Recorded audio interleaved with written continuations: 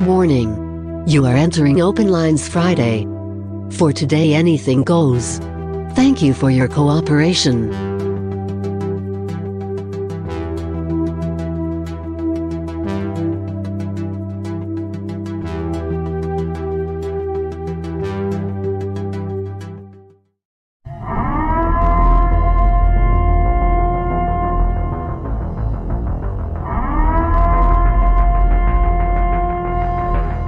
Listos pe los chingazos.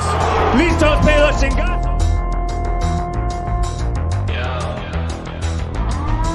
I'm gonna bring the whole fucking diseased, corrupt temple down on your head. It's gonna be biblical.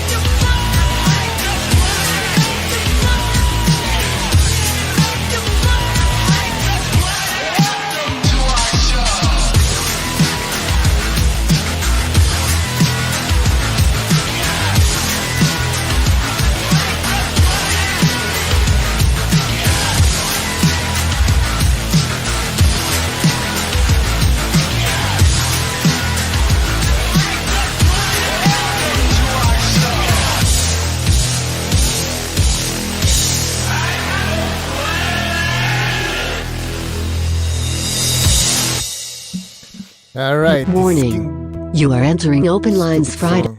This is King Bucho. Welcome to BDA Boxing, the Boxing Debate Arena. Open Lines Friday.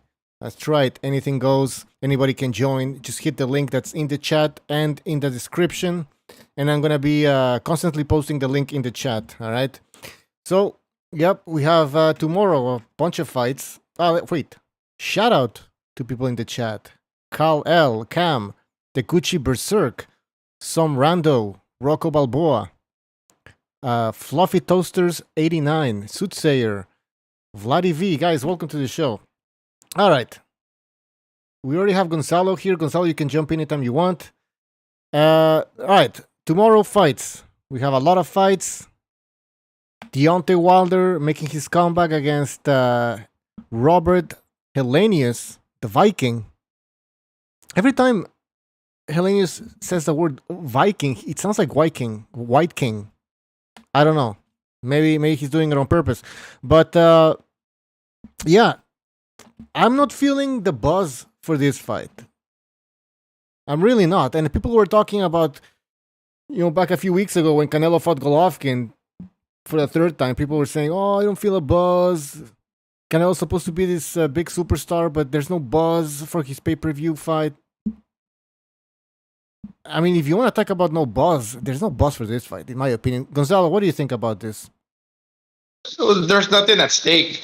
What happens is the winner moves on to the semifinals. Mm-hmm. And if Wilder wins, they're going to make the fight with Ruiz. And therefore, after the winner of that gets to challenge for the title.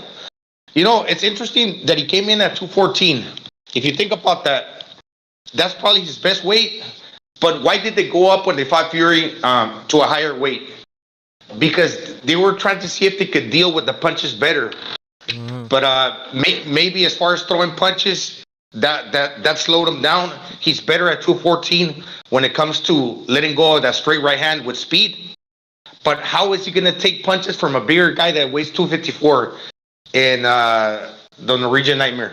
That's going to be interesting. Yeah. The other dude is big as fuck. Shout out to What Rep It in the chat. #CCD. Salute BDA Boxing. He says salute back to What Rep It. Go check his channel. If you want controversy, go check out What Rep It. Like, completely out of control, I have to say, but it's entertaining. Yeah, Gonzalo, you're making good points here. A lot of questions that might be answered tomorrow night. I mean, listen, we've seen Wilder fight this type of opposition, this level of opposition, right? Everybody's expecting Wilder to go in there and knock this guy out, right? So this reminds me of Wilder with Daryl Washington, Wilder, Luis Ortiz, Wilder, this guy. Well, But there's a different thing going on here right now. Wilder's coming out of a fucking loss. And like I said many times, not just a simple loss, devastating beatings that he took from Tyson Fury. So that's also something I want to see Saturday night. Is Wilder okay in the fucking head? Because obviously this guy's insane, right? I saw him on this show, The Breakfast Club. It's like a fucking radio show. This guy, you can tell, is fucking stupid, man. He's a dumbass. They asked him about his comments regarding him wanting to kill somebody in the ring. And then you know what he said? He's like, oh, the media is twisting what I said, blah, blah, blah. And then he started to go on a ramble. I recorded it. I have the clip, and I'm going to be making a video out of that shit. This guy doesn't want to take responsibility for what he said. He said he wanted somebody to die in the ring, and now he's backtracking and saying it's the media's fault. This guy's not okay in the head. And now he took a beating. He might be even fucking worse now. And some people are saying that in the... Sorry, one last thing. I'm rambling on here. But during the weigh-in, Gonzalo, did you see a dejected Wilder? Like he looks I didn't pay too close attention to that. Okay. I just clicked on the weigh-in right quick. And since they don't have to make the weight, it's like whatever. I just noticed that he was 214 and the other guy was like much bigger. Okay. Well, in the chat, let me know what you guys thought about the weigh-in. Some people were saying that Wilder didn't look like he was confident. I didn't really see that, but maybe I missed it. But yeah, I'm posting the link in the chat if you guys want to join the panel. Helenius, how dangerous is he, Gonzalo? Because he has nothing to lose, right? He's all right, man. He carries some power, but he's slow. Now, if we go back when he beat Kaunaki, he was actually the first fight he was losing it. Until Kaunaki got tired, that's when he was able to step it up and knock him out.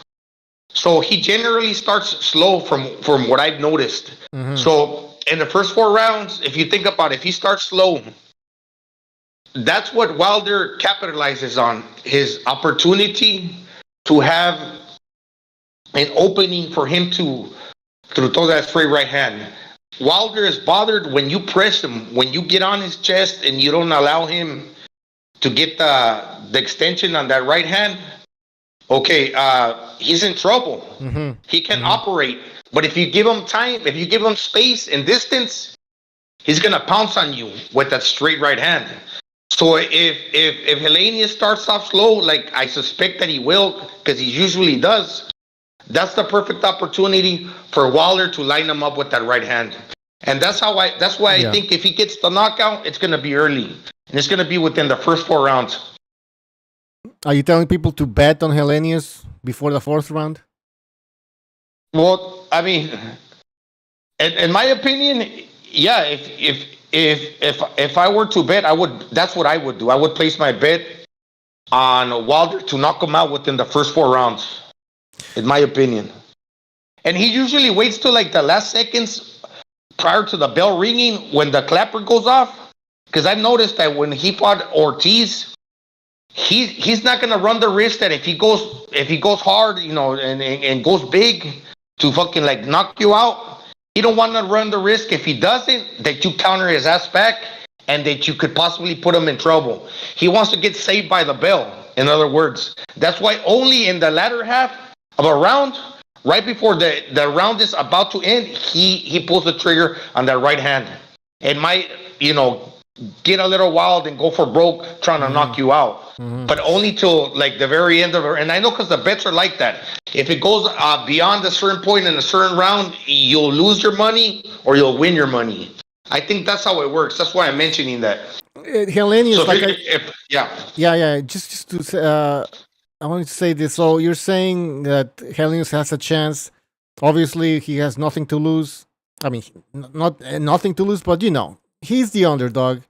And does Helenius come in this fight with confidence, knowing that Wilder just took 2 beatings, and knowing that if he fights in a similar style to what Tyson Fury did, he can get the victory? I mean, he has the attribute. He's big like Tyson Fury. I mean, not as big, but he's up there.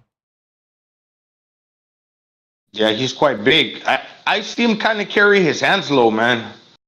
Because obviously you're that tall, you're not carrying your hands higher because you usually don't face fighters that are taller than you. So he's used to carrying his hands low because he's facing shorter fighters. Now he's facing a fighter that's his height. So I don't know if it's too instilled in him to carry his hands like right beneath his chin, or he just gets too comfortable with dropping his hands down, not necessarily putting his dukes up, where he's protecting the chin. I noticed that, and he tends to throw like these wild, not wild. I mean these loopy hooks. He throws hooks, but he tends to like throw them a little wide. I don't know. It's because of his long arms. So what I'm saying is he's open for a straight right, man. Yeah, he's open. Just hope he comes in there with confidence. And he doesn't fight scared. As soon as you start fighting scared against Deontay Wilder, you're done. You're done. You're gonna fight from the outside, and that's what Wilder wants. For you to stay on the outside, and that so he can land that straight right hand. All right, we have Amok PvP and Don Chingasos. Guys, welcome to the show. If you want to jump in, please go ahead. Hey, what's up? Yeah, I think it's a tailor-made fight for Wilder to win. And the reason I say that is because Helenius he's been KO'd twice already. He got KO'd by Johan Duapas, whoever that guy is, and he got KO'd by Gerald Washington back in 2019 on the 8th round. So I don't expect Helenius to be able to take Wilder's power. And I don't even overrate Wilder's power. I don't think it's all that elite. But it's I think Wilder probably punches harder than Gerald Washington. And Gerald Washington KO'd Helenius, so yeah, I don't think Helenius has any chance to beat Wilder. I don't think he's even hungry to be Wilder, and he used to be Wilder's sparring partner. So he's already cooked, he already knows he can't be Wilder. In my opinion, It's interesting you mentioned Wilder's power might be overrated or is overrated, because this is something that a lot of people have been saying. I even said it at some point, because when there were all these rumors of Wilder eventually fighting Joshua, people were saying, "Oh, Joshua's gonna get knocked out. He can't take a punch." And I'm like, "Well, he took Vladimir Klitschko's right hand, and he got dropped, but he got back up." And are you telling me that Wilder hits harder than Klitschko? I don't know about that. To be honest. I think Klitschko hits harder than Wilder, in my opinion. Yes. I think AJ hits harder than Wilder. The thing about Wilder is he only has the right hand, the right cross, while AJ, every punch he throws it's with bad intention, pretty much, He has a good uppercut, good hooks, good right cross. So he's a more well-rounded puncher than Wilder, if you ask me. And I was just going back to what I said about Klitschko, and this guy was knocking people out that were better than what Wilder ever fought at that time. Wilder's biggest win is Luis Ortiz. And Klitschko had tons of defenses. Now, was it the best heavyweight division of all time? Of course not. And that the Klitschko era was boring, in my opinion. But he was knocking all these guys out, man. A lot of them out.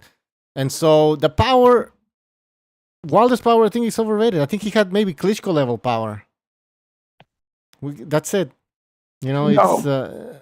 yeah, go ahead. One thing about Wilder, everything else you could say about him skills, he doesn't have any skills, you can all say that, but the power is definitely not overrated. You can't knock down a man the size of Tyson Fury and not have ridiculous power. No, he has power, but it's at the level of Klitschko, is what we're saying.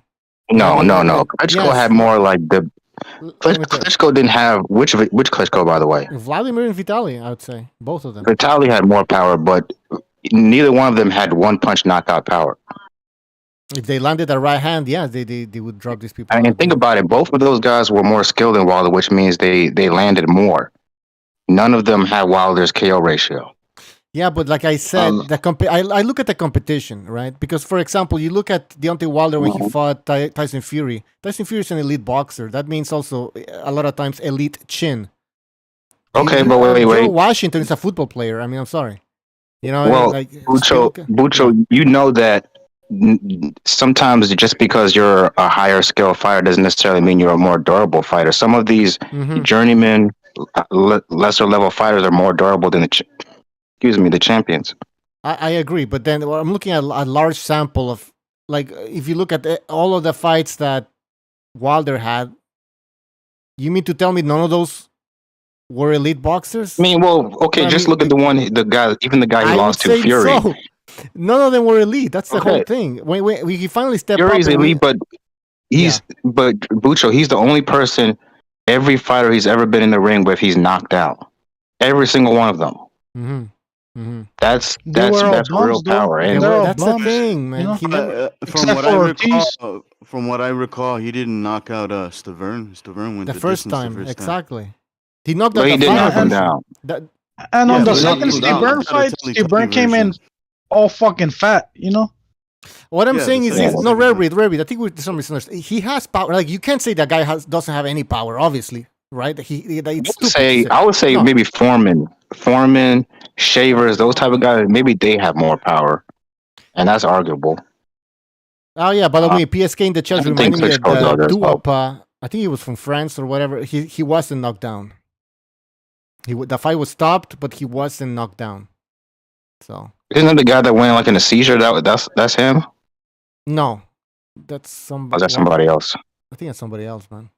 Duopa actually was hitting Wilder. I mean, yeah, it's kind of, but I don't think I ever seen Klitschko put anybody in a coma or not a coma, but a seizure like that. Yeah, I don't know. That's how you determine power. Like, again, who was this guy that was having a seizure? You can go ahead and determine power like that, but we determine power on who he's fucking KO'd, you know. Oh no, that's a different argument. Then you're talking about who has a better resume and things like that. We're just talking about pure power. I'm talking about who's more effective against fucking top level fighters. That's what I'm talking about. If effectiveness, something you don't care about, you just care about the fucking if he went to the hospital or not, or bullshit, bullshit like that, you know. Yeah, well, just off of pure power, Wilder, I could take him up against anybody. I don't know about that. Here's the thing, Bradley. We haven't seen Wilder against that many. Fury. We haven't seen Wilder against high level opposition, like a lot of high level opposition. Of course not. But if he had those type of skills, a lot of people would probably be dead right now. What skill? Oh fuck! No, I'm saying if we don't know. If he had those type of skills, you want me to hypothesize how Wilder would fight if he had high level skill? I'm not gonna hypothesize bullshit. He would still have ridiculous power. There's no rare breed. Okay, maybe, but who knows, right? But let me just say this: we agree that Wilder's record is very thin, like that quality. It's not there, right? Do you agree or disagree? Yes. Okay. So I think he's what you should call an overachiever. All right. But the thing is, like, you like to hypothesize. Let's hypothesize that Wilder would have fought better opposition. Would he have knocked him out? No, I'm saying if Wilder did have skills, we don't know. That's all I'm saying. Okay, I'm saying we don't know if he would have knocked out these guys out. Joshua, we kind of do know, because the moment he stepped up in competition against Fury, he got fucking wrecked. You know. That's what. Yeah, that's a good point. Hey, there's no shame in that. You can't win every fight. That's cool. Yeah, exactly. You can't win every fight. This is coming from a Floyd fan. He lost. You know. This is coming from a Floyd fan that look at records and losses, and Lomachenko loses against Salido, and it's a whole big deal. Well, I mean, losing to Tyson Fury and losing to Salido is two different things. Now a loss is not a big deal. All right, we get it. It doesn't make sense. Reverie, come on, man. Every time you come here, you just get exposed, man. Anyways, where are we going with this shit? Anyways, I have more questions for you guys. Let's see. Wilder weighed in at 214 pounds. And he called it happy weight because he came in at a weight that makes him happy. So Gonzalo touched upon this already, but what do you guys think? 214 pounds. He looks great at 214. That to me was when he's at his quickest and like most nimble when he's at 214. He looks stiff and robotic at 230. I agree with that. Yeah, I think he's better at 214. I think he has like some skinny ass legs. Yeah, that have a hard time supporting the 230 pounds, and that affects he's built like a basketball his stamina and his durability. Mm-hmm. And 214 is better. How I see it. Yeah, I Yeah, checked. and not only, I think he punches harder because he's not as muscle bound. There's more. Right. Just think of like for when a fighter moves up in weight, like Canelo throws lesser punch. He doesn't throw as many punches. He throws like these heavy hooks, but he was fighting at a lower weight. He threw quicker punches. So not only is Wilder throwing quicker punches, he still got size because he's a heavyweight above 200 pounds. Now he's long. He gets a lot of leverage behind those shots, So they're like free flowing, man. And he got some power at that weight. Now the question is, can he take a shot as good as he was taking when he was 230? That's true. His punch resistance might be down because Fury did put a beating on him. Yeah. We'll see. He could have a flashback. Hey, Gonzalo, remember Fernando Vargas after he lost to Trinidad? And then he fought some Puerto Rican guy. I forgot his name. A guy who fought De La Hoya. Trinidad? No, after he fought Trinidad. What's his name? Yeah, I think. Vargas Macho? No. No, the guy that fought Margaritos was Santos. Was it Santos? No. Quintanilla. Anyways, Vargas, Wilfredo Rivera, Kevin Fuentes, Wilfredo Rivera, okay. Yeah, anyways, Rivera knocked down Vargas, and it looked pretty bad. The knockdown, he was like going sideways on a little bit like Sean Porter when he got dropped by Crawford. And I was like, damn, like I've never seen Vargas dropped by, yes, I saw him get dropped by Trinidad, but before that, he wasn't never getting hurt like that. And you could tell that was because of the beating he took against Trinidad. So, definitely, Wilder could have been affected by Tyson Fury because... Well, yeah. You know why? You know why? Because when you tasted the canvas for the first time, before you didn't know what it was to find yourself on the floor. So you were kind of like, you could go in there and trade and you could be all right until I find myself there. I really don't know. So I'm good. Like I can deal with stuff and it's all right. But when you find yourself in the canvas, then you get up, then like, okay, the next time you fight, you don't go in to exchange punches knowing that you might find yourself there again in the ground without you realizing it. You're so in a sense, your confidence is kind of gone because one thing might lead to another that you're trading, and then you might open your eyes and you're on the ground, and it's one of those things that you just don't know anymore because you're when your chin gets broken, that's what happens. Yep. That could happen with Wilder, guys. That could happen. But he can come out of this with like a decisive victory. This is what everybody's expecting. Wilder to knock this guy out. And yeah, we'll see what's next. Apparently, this is a WBC title eliminator. Which is? What does that mean? Does that mean he's the number one contender after this? If he wins? Or what does that Which mean? one? Wilder? Yeah. No, he has to fight Andy Ruiz for a final eliminator. Yeah, this is the semifinals. Okay, that's why eliminator. The WC again is a Fury. Hey, Busho, what you gotta say about Wilder saying he doesn't want to fight Ruiz? He wants Usyk next or AJ. He wants to skip Ruiz and just go straight into a big fight or a title fight. Well, I mean, if it's a title fight, I understand because who doesn't want a title fight, right? Why would you fight Ruiz if you can get a title shot against Usyk? But you want to fight AJ? Money wise, AJ's a bigger fight. UK, but the Ruiz fight is also. I mean, you have the Mexican crowd there. That's fans. true, but the Mexicans really like Ruiz like that. I don't know. I'm still. I don't think they're gonna come out in droves for him. I mean, I feel like AJ fight, they will show up because it's Wilder and he's overhyped by the public. Yeah. So they'll show up just because they hate Wilder. Yeah, that's what you're saying. Just because the matchup. It's a Mexican fighting Wilder, so why not?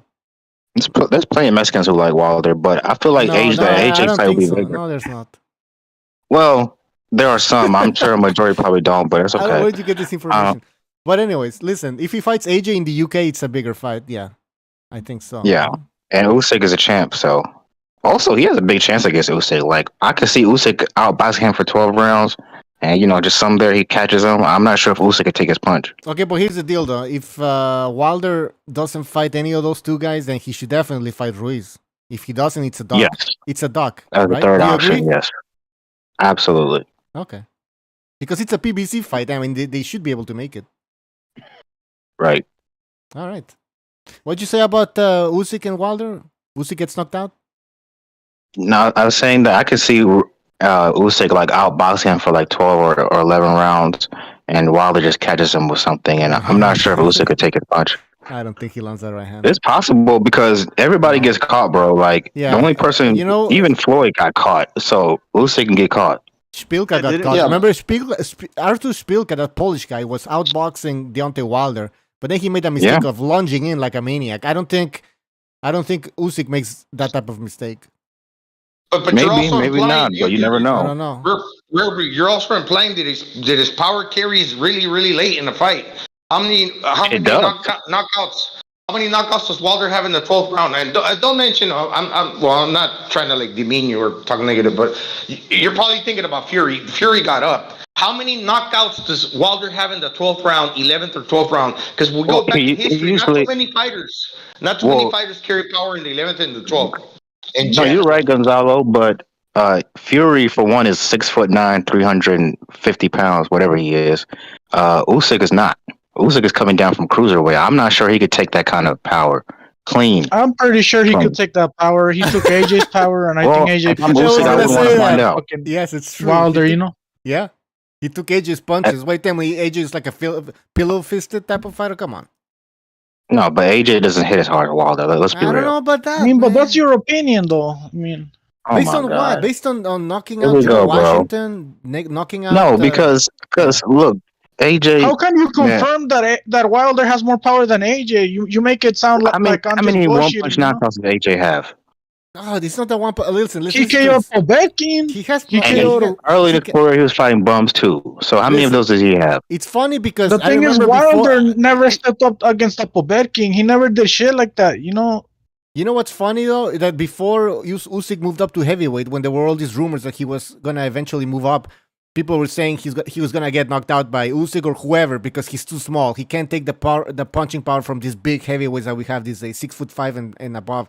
And he managed to beat AJ twice. He took those punches. He took Chisora's punches. So all of a sudden now, those guys don't hit hard. Wait a minute. They don't hit hard like Wilder. AJ has a signature KO against Vladimir Klitschko. While Wilder doesn't even have a signature KO. You could say Luis Ortiz is a signature KO, but I don't understand why. Luis Ortiz hasn't done shit. Let's say. Let me give you an example. Let's say Oscar Valdez goes up from 130. And he fights Jermaine Ortiz, the dude that's about to fight Lomachenko. And then maybe he fights, who's another fighter at 135? I don't know, fucking Devin Haney. And he's able to take their punches. And he's like, oh, see, he can take these punches from these 135 pounders. He's good at this weight. Does that mean he can take Gervonta Tank Davis's punch? It doesn't matter. It's not every fighter is created equal at a certain weight class. Yeah, but the power just because you're creating this narrative. Just because your a heavyweight doesn't mean he's Wilder. But you're creating this narrative that Wilder has magical power or something like that, like power that we've never ever seen. He does. No, that's the wait. thing. No, think about it. Don't agree. Wait, no, I'm sorry, Lucho. Yes. We know Wilder is a limited fighter. There's no way you can get this far. That's the only reason he's gotten this far is that ridiculous power. I'll give you another reason. His resume is shit. How's that? Okay, if let me say like this. The reason he fucking got that record is because he's being matched against shitty fighters like Gerald Washington and them, If Wilder had Fury's power or Joshua's power, he would have lost a long time ago. That's all I'm saying. No, because he hasn't been fighting anybody. He would have gotten exposed a long time ago. He was exposed by, but these guys weren't good enough to expose. You know what I mean? Like, well, what does that say about them? Because a lot of those guys were actually outboxing him. Exactly. So I'll tell you about Wilder. What does that tell you about Wilder? That's what I'm saying. What does that tell you about Wilder getting outboxed by Gerald Washington? It tells me that he started boxing in 21. Hold on, Red Reed. I'll give you a good reason why Wilder survived so long, not getting beat. He's never fought big punches. Never. Everybody at heavyweight hits hard. No, okay, no. That's what we're saying. Hold on. Everybody at heavyweight punches hard, right? So we're saying Yeah. Usyk managed to survive AJ's power and Chisora's power, and you're dismissing it. Well, there's levels to this. Okay, so It's because What? Usyk is. Yeah, it's true. The difference between Wilder's exactly. power. Hold on, there's levels. Wait, wait, wait. There's levels. You're Exactly. There's levels. There's levels. and You just, Joshua's power. I'm being real with you just said coming there's up with levels. conspiracies and fucking hypothesizing. If he had this, if he had that, too much what No, ifs. I'm not. with This is you, not. motherfucker, This is you a know? fact. Redbreed, you just said there's levels, right? To punching power. Yeah. Now, has the level that Wilder faced, was it high or low or medium, or was it good enough? People are making the argument that the opposition that Wilder fought didn't have decent punching power. Do you agree or disagree? Well, why don't we ask a guy who we consider the best heavyweight of this generation? He said himself, Wilder's the hardest puncher in boxing history. Yeah, to he's hype himself gassing him up up. because Yeah, he beat that's the Wilder problem. to make his Yeah, record look better. But He's no, smart. to be fair, he exactly said that shit before he fought him the first time. Bro, this guy got dropped by Nevin Pikage and Steve Cunningham. It's not like he has an iron chin. You know? But when he got dropped by Cunningham, that was more of like a flash knockdown. But Nevin Pikage was a flash knockdown. He was nearly out. So I'm not going to lie, I never seen that fight, but I don't go on There you YouTube go. and watch Fights and Fury fights. But What? yeah, and not to mention, we can't ignore the size difference between Fury and Wilder. Like, this dude really is like 30 pounds bigger than him, and he's still hurt him. I can bet you That's that his I think personal problem. I think It's heavyweight. He could come in Hold at on, whatever weight he hold on. wants. I bet you Usyk punches harder than Harold Skonias. So you know, just saying. Who? If he can drop Wilder, I'm pretty sure Usyk can as well. So I I wouldn't. mean, a lot of discount- guys can probably drop Wilder. He has no defense. Well, yeah, exactly. So we're talking about Wilder's power, but we're not even talking about Usyk can outbox him and knock him out before Wilder. Why do we care about skills anyways? Because when there are guys who are skills, we call them boring. I mean, unless they're a certain color. Hang on a second. If it was just power, Harold Skonias would have dominated the 70s and early 80s. That's facts. That is Sorry, facts. Ernie Shavers, sorry, I should say. If it was just power alone, Ernie Shavers would have dominated for years, but he never did. Why? Because a combination of power and skills easily beats power only. And that's just Obviously. Power, yeah. And the problem for Wilder is, I reckon Helenius is probably the biggest puncher Wilder's ever fought, and he's not. That's his next fight in about 45 fights. Wait, you think Helenius is a bigger puncher than Ortiz? Yes. Yes. No. You see? Okay, bro. Cool. All right, don't think so. guys, I think- They're about the same. Maybe Ortiz punch a little harder because he's fucking big bone. That motherfucker can hit hard. Yeah, He's man. a He's southpaw. called King Kong for a reason. But Helenius, he got some pop too. yeah. He got some pop. Even Stavern hit hard. Say what Alright, you want so about Stavern. everybody He hit hits pretty hard. So everybody hits hard. There you go. And Usyk Yeah. managed to show us that he has a good chin. By the way, Paper Tiger with a juicy contribution, super chat. He says, Vladimir Klitschko is the hardest hitting heavyweight, great big athlete, had muscle in his legs, and had better punch It was technique. boring. Hold on. Vlad boxed with little punch and knocked big guys out. Wilder has no punching power with little punches. I think he's saying that Vladimir was knocking people out with like not throwing haymakers or anything like that. What Rapid with another super chat. Really appreciated What Rapid. He says Wilder is on guerrilla steroids. Yeah, we're gonna talk about that. We're gonna. You mean like his boy Oscar Valdez? We're gonna check that out. Paper Tiger says. If I you mean, don't- there's a reason why Wilder avoided Klitschko. Hold on, we're gonna another super don't think chat. he Oh was- yeah, Wilder could have fought kids. Guys, it's another super chat. Paper Tiger says, if He was smart not to fight Klitschko. if you are not exciting, you lack the skills to be interesting. Paper Tiger, very good comment. I want to thank everybody who super chatted right now. Yeah, who was gonna say something? Who do we consider exciting? Fury? I consider Fury in heavyweight division or all division. Fury? No, all Right like now, boxing in general. exciting, No, Fury's not exciting. I'm Hold on. gonna say, and the Fury's heavyweight, not I'm gonna exciting. say, Anthony Joshua. Joshua's Wait, Anthony of Joshua. all the boxers in the world, the one you'd want to watch is Anthony Joshua. No. Bronco Lara? I'd say Benavides. Mauricio Lara, yeah. Benavides. Anyway, Inoue, it's probably Inoue. Anyway, In a way, it's okay, that's a good one. Mauricio Lara, Navarrete. Navarrete is exciting. Navarrete. Broncos. Bernardo Lopez Rodriguez about is to see that guy exciting. in action. Lomachenko Beterbiev is sometimes. exciting. Josh Taylor. They're gonna go out their way to say any black fighters. Watch this. Yeah, Canelo puts Oh, on you good fights, wanted too. to say Gerald Ennis? Boots Ennis? Keep going. I'm saying Terrence Boots Crawford. Ennis. Exciting. That's what you wanted Terrence to. Crawford. Will Terrence Crawford. Charlo is exciting sometimes. Yeah, Crawford. Not Crawford's Jamal. exciting. Not Jamal. Fuck that. Jermel. I know, Little I know. Charlo. Yeah, little Charlo, not big Charlo. Yeah. Honestly, Demetrius Andrade is more exciting than Jamal. Teofimo Lopez. I don't know about is that. exciting. Christian Yeah. Beck is more exciting than. Oh, Nigel Benn's kind of exciting. Lomachenko's exciting. Lomachenko is What's definitely the point exciting. of this exercise, Rabbit? Yeah, Because he, I was gonna ask that. he Busha, said he what was are a you boring guys fighter. talking about? No, but he's bringing the race into it, obviously. Wait, That's Deontay what Wilder? Are you saying Wilder's a boring fighter? No. Is that the topic? One thing about Wilder, he's not boring, but Oh yeah, Can I 100% he's just boring. base things on just styles? You know, just to make it more simpler. Anything. Yeah, a to me, pressure my favorite type of or fighter is like a volley boxer puncher. That's exciting. That's what people want to see. You know what's Yeah, exciting? dynamic fighters, guys who stay in there, don't get hit, and hit the guy. Boxer puncher. Exciting. Like Esau Crawford, Cruz. Lomachenko. Said Wilder versus Helenius, though. I thought we were talking heavyweight. Esau Cruz. It's exciting. Yeah. But he's like, to me, he's a very limited fighter. Keyshawn Davis looks good. Hey, Brock, you need to fix your mic, man. There's a Oh lot of yeah, background Keyshawn Davis is exciting for sure. Mm. Yeah. That was like Richard Christensen or whatever, or what's his name? Hitchison, yeah, Richard Hitchison. Oh, He's a Richard good- Hitchens. Yeah. Tiger Johnson's exciting. Not to me. He's got that basic 1-2, and that's all he throws. It's annoying. I mean, he's good at managing distance. He's dynamic. He's fast. He hits guys with combos. Who was the guy? Who got that good knockout from Brooklyn? I think like. Oh, you're talking about Shu. Yeah, Shu. Yeah, that guy. He's from the same city as or not city, but town as Mike Tyson.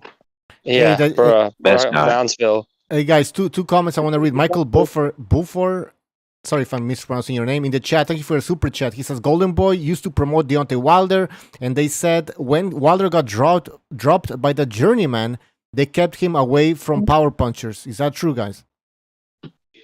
Who dropped him again? That would mirror his career arc. Okay, I'm gonna be honest with you. I'm 15, so I would not know, bro. Yeah, that's what I was saying. Harris Cornelius. You sound like a grown ass man. That's what I was saying. Justin Nichols and Harris Cornelius who dropped Wilder, but not many people know that. You're 15, I'm 15. Somebody said that Ryan Garcia is exciting. I think so. No. Yes. That's a certain demographic. For a lot of What reasons. is exciting? And his What? boxing. He's got Ryan's got all the natural ability, power, and speed, but he has no skills. I'm sorry, he doesn't know how to set it up. He's exciting If to he watch. if you put him in a ring with somebody that can move, he doesn't know how to cut off the ring. So He KOs Tank, you know. Yeah, no, he's not. I think the problem with Ryan, I don't think Ryan's Tank is a little midget, bro. He's not gonna be able to land anything. It's gonna be embarrassing when you get knocked out by that midget. Hold on. Wait, did you just say that he's not going to be able to land anything on Ryan Garcia? Are you crazy, bro? You really think he's not going to land on Ryan Garcia? I mean, I can reverse Right. that shit again. When did Ryan turn to Garcia clean? I'm really suspect on Tank. Maybe the Tank will beat Pedraza, smokes Ryan, but I honestly think Tank is being extremely overrated. Like, he's gotten so much worse in the last 2 years. It's crazy. Guys, Tank's afraid think to about it. gas. But no, think about this. Why do you think Tank's team wants this fight so bad? You don't think they don't realize? want this fight. They don't want They don't want to fight. They don't want this fight. They It's a don't want money any fight. fight. They don't want the fucking fight. That's your imagination. Wait, but listen, You're let me ask you a delusional. question. They could have had Lomachenko for years. let me ask you They a ducked question. him. Let me ask you a Okay, question. wait. You Let me just ask you this. Oh, Have you ever seen Tank? Have you ever seen Tank this like on social media this much about one fighter posting about him?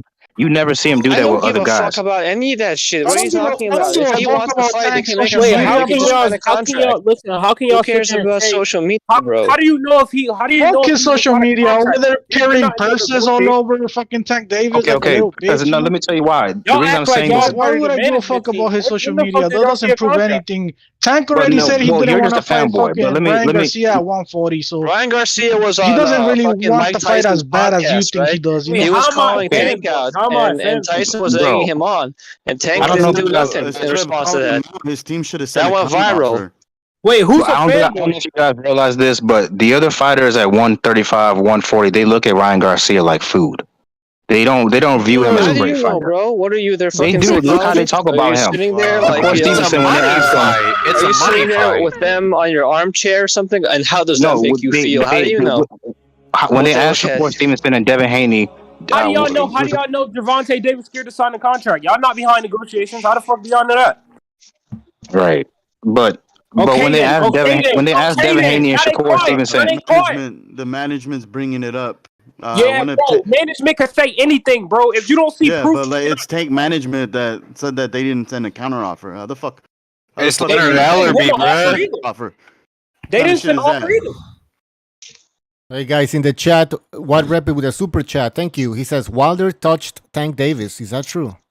I wouldn't be surprised. you probably saw it. Like the way Leonard Ellerbe does in a type of touching Tank. He probably watches black porn or something like Black Baby. In the chat, Michael again with another super chat. Thank you, man. He says, "I remember Eddie Hearn saying Showtime will be out." They will. Hey, that Floyd pay-per-view, We'll see. he's fighting this guy, Kenji. He's fighting on DAZN. He's fighting on He's the zone. fighting- Why? Yeah, maybe the promotions will move to the zone. That's my. I think. Isn't Deji a UK fighter or UK affiliate, whatever? Yeah, Oh, Deji's he's a a UK YouTuber. YouTuber. He's not a fighter. What the fuck? He's a YouTube guy. Or- He's YouTube KSI's brother. Okay, but It's they're crazy. UK since it's in the UK, so He's from the UK, yeah. No. So DAZN has a lot of like. but the zone you have know- Mayweather's all his fights on their like historical fights on their channel now. So No, Exactly. When have you ever They've seen had a it for Showtime fight in the years. UK? yeah, but Wait, that's do what I they mean. have all of them, or just the HBO ones? You said a Showtime fight in the UK, Spence vs. Brook. That was a Sky News fight or Sky Sports Yeah, fight. That wasn't wasn't that Showtime. Sky? Yeah, that wasn't Showtime. Showtime Oh, damn. didn't do anything for that. See, Well, I am surprised No, that Heyman let that happen. That's kind of strange. Bro, they would Ultimate never. They don't do Showtime. UK fights on Showtime, bro. That's I don't know why. No, they But used be to. honest, They I used feel to like have that's an Duckworth. overrated win. You know, Brooke came off the Golovkin defeat, had to melt down the weight. Nah, that's still a good win. Brook is a tough fighter. It's a Yeah, good bro. win, but that's We're an not gonna. overrated I'm win. not That's like Brook second actually best gave win. Triple G a better fight We're than a not lot of the taking guys that in his away own from weight class at that time. Yeah, Brooke. He also outweighed Triple G. What? It's I don't know crazy. about Yeah, that. you can look it up. Yeah, he The did. 30-day weigh-ins. Brooke Oh. weighed Hey, guys, 176 30 days out. Triple G weighed 165. Can I That just might have check- been one of the dumbest decisions ever to fight Triple G at 160 after you just won a belt. But what do I know? Well, Eddie Hearn told him that, but Brooke was like, "I want Brooke this." Hearn is wanted an the idiot. fight. He wanted to Yeah. challenge himself. You know, what I mean, I respect that. I think it was a dumb move. I think he should have fought Spence. But whatever. You know, he wanted to chase great. Some people some boxers don't understand what greatness is. They just want to sit around and get a pay-per-view. And there's plenty of deal.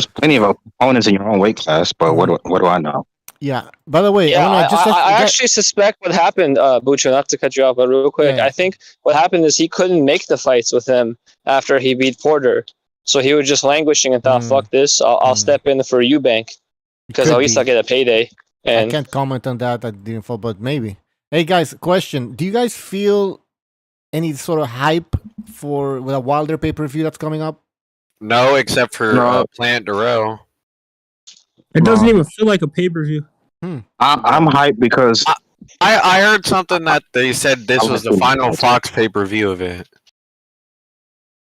yeah, So right. Wilder looked Was really Anthony skinny. talking on the- I saw him hitting the pads, and his feet didn't look very good, but he looked really skinny to me.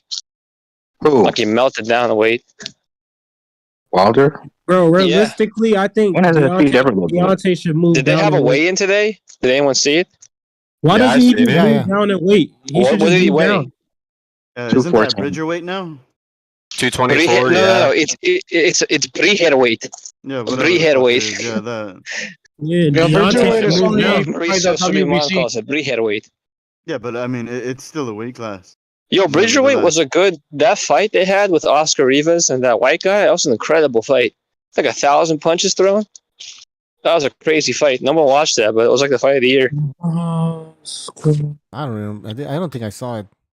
It was good. It's worth watching. Speaking of Oscar Rivas, that reminds me of Dillian White. Yeah, Wilder versus Helenius should be free on Fox, but they don't have a budget anymore because they have shitty matchmaking. So it's a pay-per-view now. The fans have to pay for it. We have to foot the bill. I'm illegally streaming that shit. Yeah, So don't say that. Say that you're... PBC can't afford they can't afford to hold free boxing because they're in court. Well, right to now. be fair, how many fights are we willing to actually pay for that are like? Would you pay for as many as are all good? As many as there are obviously those type of fights. Would you pay for as a paid up program? No. Like $30. But that would be if it's like $30. Depends on the undercard. That's a good fight, though. To be fair, Depends on the undercard. Yeah. That's that ain't one of the better fights of the whole year, great man. fight, bro. Yo, that's a great fight. I wouldn't pay a for great it, fight. I'm not saying Cepeda Progress should be pay-per-view, but it's gonna be an exciting fight based on the style. Sure. I agree. And it's gonna be competitive. Ramon Estrada for sure will be an exciting fight. I'm definitely down to pay for that. Yeah, I'd pay Chocolatito Estrada too. And this is a little bit off topic, but to me, Inoue fighting Paul Butler, whatever his name is, for Undisputed is a waste of time. That's not that's not a pay-per-view. I mean, not pay-per-view, but just for Undisputed, because Paul Butler sucks. You know why Chon Cepeda versus Prograis is a great fight? Because there's no They're great B-sides. fighter. They're both Exactly. A-sides. They're both fucking A-sides. Plus, they're both southpaws, and like when that happens, I guess he was born against Hank Lundy, but they're both infighting southpaws, so should be good. Yeah. And they no both doubt. like to fight. They're not gonna be backfoot bitching. They're gonna be actually fighting in the pocket. So who you guys? But the thing is, Prograis has been super inactive. He's been fighting absolute nobodies. Yeah, that's the thing about Program I'm worried about. But we'll see. He hasn't fought in a while. Hey Anybody guys, good? are we forgetting Devin Haney's fighting tomorrow as well? Man, we don't want Who cares? Devin, Who cares, bro? yo, they're trying to hype up this fight. I don't know if you guys saw a press conference or the Wayne. I don't know what the fuck it was. Like Haney's father's yelling and what was it? Well, had you a gotta double be honest though, face-off. Bucho. Remember The dads had a first time? face-off, and the fighters had a face-off. It was weird. Listen. Don't make it seem like he's just like trying to hype it up, bro. They was talking mad shit in the first fight. Now they want to play the quiet card.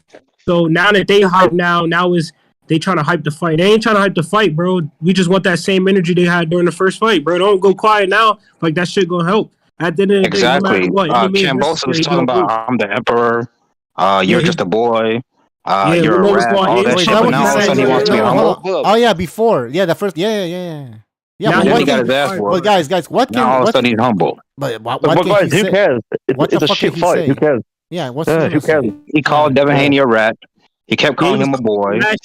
Mad names, trying to be cool and shit, and then he got his ass whooped. Now you want to play the quiet card and shit. Like that's gonna help. Well, he has no choice but to play the quiet card. Well, I mean, don't you think it's kind of weird if he would be talking shit after getting his ass kicked? Don't you think that's weird? But bro, don't get mad. But they can't get mad at Haney enough for talking shit now, bro. That nigga was talking. I get mad at Haney for being so fucking boring. But that's another thing, though. And it's cool, bro. So you're changing the subject. If dominating, changing the subject. If dominating is boring, then that's a good thing. It's cool.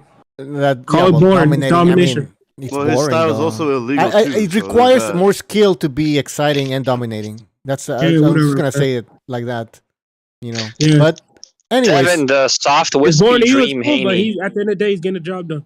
Nah, Devin. No, I mean, I think his job is to become a pay-per-view star or a superstar, and I don't think that job is gonna get done doing that. That is not that gonna the job is not getting done, man. Hey.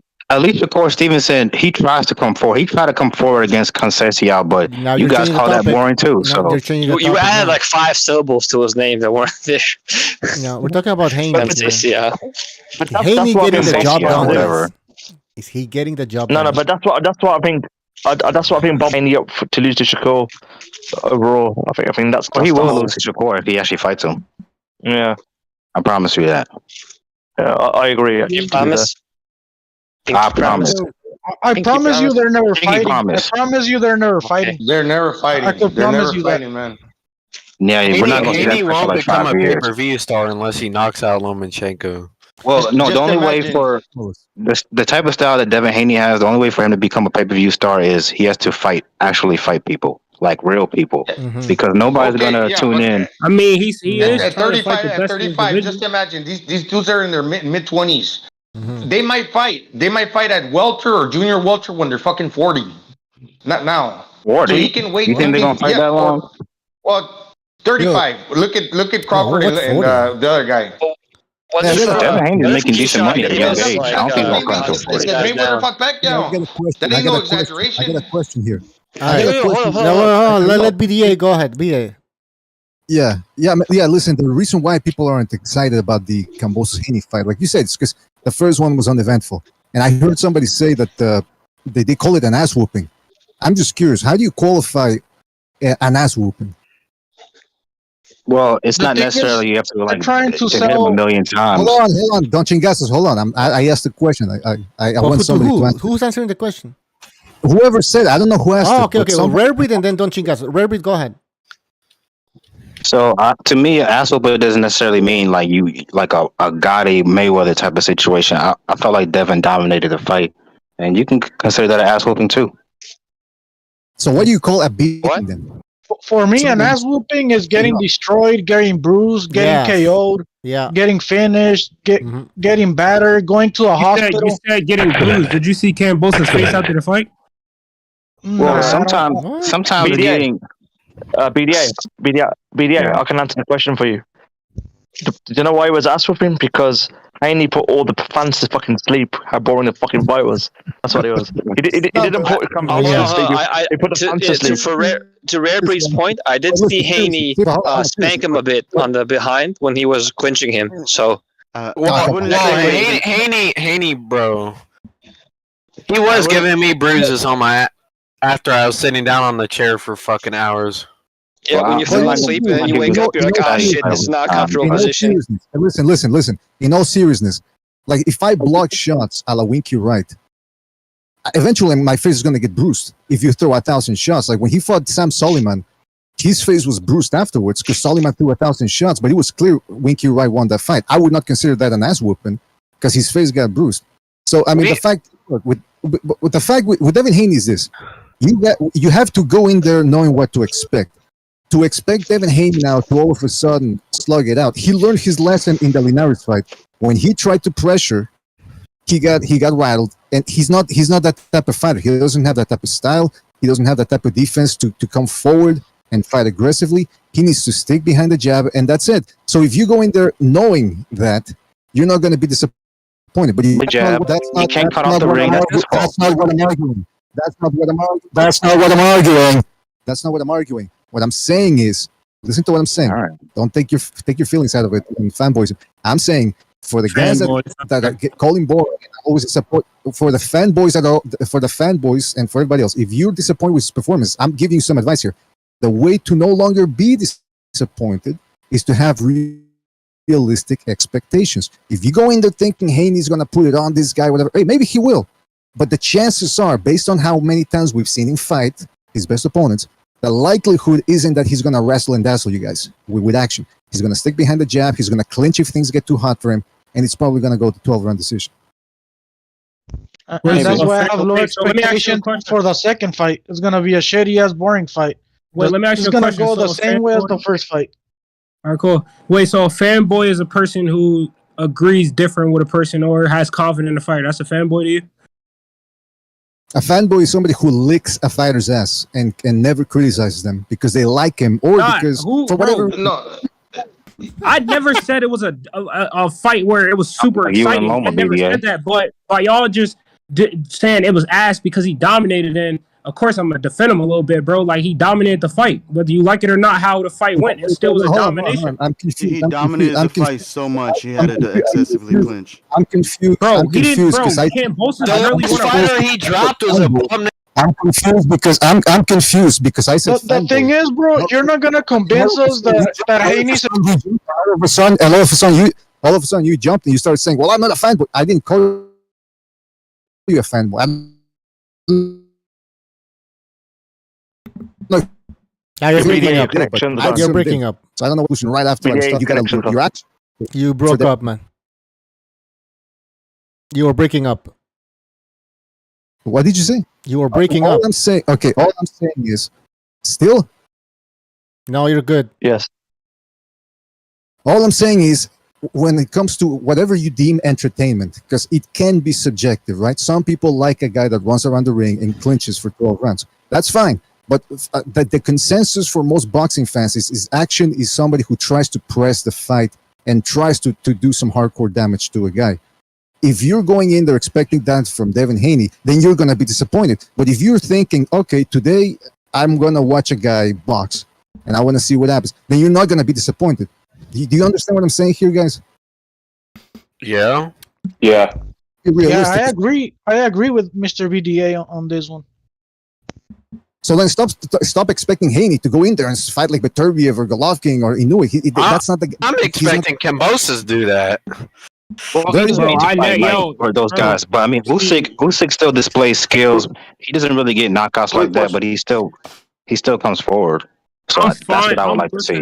I don't expect Haney to come out there trying to brawl or nothing, bro. That's not his style. I respect his style, and he does what he has to do to win. And it ain't like he's just clinching and they're just giving him bullshit decisions, bro. It's clear, obvious that he's winning the fights and he's putting up way more punishment than the other opponents does in every single fight that he fights in. So it's not like he's just sitting there clinching for 10 minutes. That shit's crazy, bro. So if you want to look at a high level boxer, you look at the likes of Usyk against Joshua, that style of winning 12 rounds, or Bivol against Canelo, how he won 12 rounds. Versus Trinidad. Haney is not doing that. Why do we always compare that people? We're talking about Haney and Kambosos right now. We're making the comparison between 12 round decision wins, and you're talking about domination. And we're giving you comparable fights where there's 12 round domination. Usyk did not dominate Joshua that second fight. No, I didn't say the second fight. I said the first fight. Okay. First fight. Yeah. So if I'm beating my opponent 11 rounds to 10 rounds, like 2 rounds, is that not dominating him? No, but yeah. If it's close as 10-9 rounds, no. No, there's not. It was obvious that I never mind. No, he dominated him. Because he tried to fight his fight. I'm not taking nothing away from Devin Haney. Kambosos tried to go punch for punch. Well, overhand right, fucking try to catch the other guy, and he failed because Haney rearranged it. This is with the feet. Same thing with the left hook. He tried to go 1 for 1, and he always fell short. So now, if Kambosos decides to change up the game plan, it might work out better for him. But that remains to be seen. Yeah, Kambosos fought arrogantly. He thought he was gonna beat Haney at his own game, and he fucking failed. That's why he got fucking outclassed in that regard. But if he changes it up, he might have more success. I agree. I agree with that. I totally agree with that. Yeah, no one's disputing he won quite handily, but it was still fucking boring. And that's what I was saying. I don't understand. When somebody says that Haney was boring in that performance against Kambosos, there's always somebody brings it up. Oh, it's a domination. So what? Like it was boring. Yeah, it's still boring. Yeah. I would say because they're trying to sell Haney as a fucking exciting knockout artist, so other people could watch it, but it's not, you know. Who's trying to sell him? If they think Haney's exciting, whoever says Haney's a knockout artist, nobody's ever called Devin Haney a knockout artist. Yeah, y'all just putting shit up now because nobody never said that. Well, you're saying he's devastating. He's exciting. I mean, what are you trying to say? He's a great talent. You're saying he's trash and boring, and he is. What? Well, it is boring. It's kind of like saying Fury had a dominant performance against fucking Vladimir, but that shit was boring. Nobody's seen it. Being trash. And there's other pure boxers that are more exciting, like Bivol. Bivol is a pure boxer, and he's more exciting than Haney. That's good for him. But not by much. That's good for him because I'm watching his next fight. I'm not watching the Haney bullshit. A lot of people call Bivol boring too. Bro, he still gets paid. Watch or not, bro. It don't matter if you watch. You think giving the viewer matters him? Usyk is a pure boxer too, and he's way more exciting than Haney. That's cool, bro. Can I ask you guys? This dude is naming. Hold on, guys. Let BDA say something here. Let BDA say something. BDA, go ahead. Question: did you guys talk about the rumors that Haney supposedly, if he beats Kambosos, he's moving up to 140? Yeah. I hope so. So Shakur can get his hands on Lomachenko.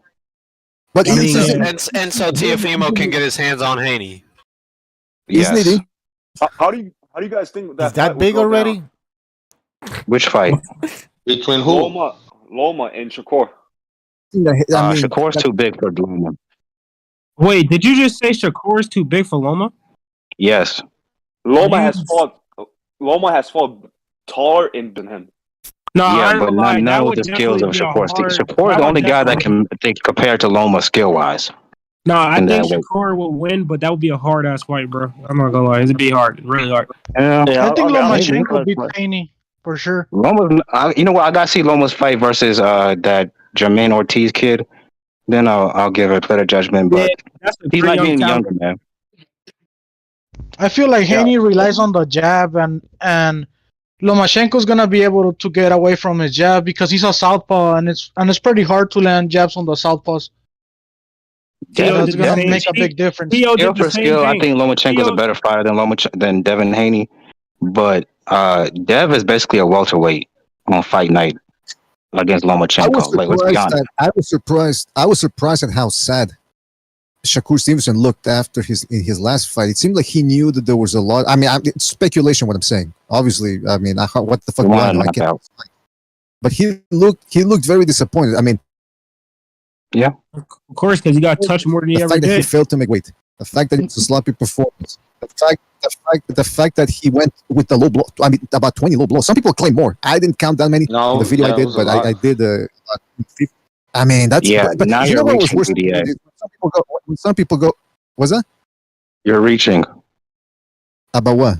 No, BDA is correct. You're fucking reaching. Did you see the video about how many low blows he landed?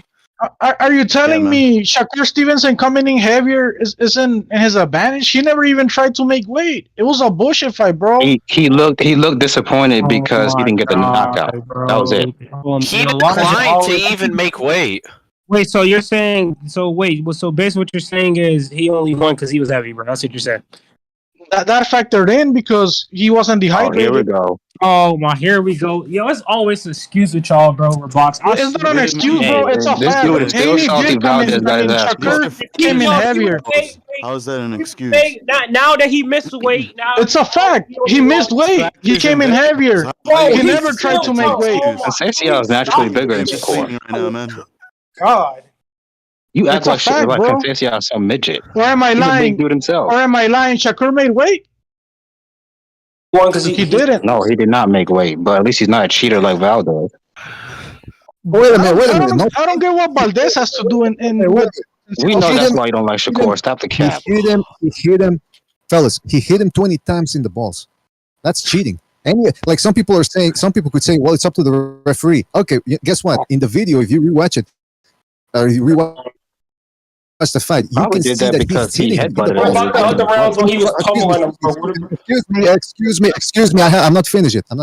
He hits him about 20 times in the balls, and there's sequences where he hits him in the balls in front of the referee. The referee's watching him. He's not on the other side, whatever. He's got a clear view, and he does nothing. That to me is either incompetence or corruption. And unfortunately, at this point, the many years that I've been watching boxing, I have to be inclined that it's corruption because there's no way these guys can be that incompetent when they do deduct points in other fights, but not in these fights when you get the A side hitting a guy 20 times in the balls. I'm sorry, that's unacceptable, man.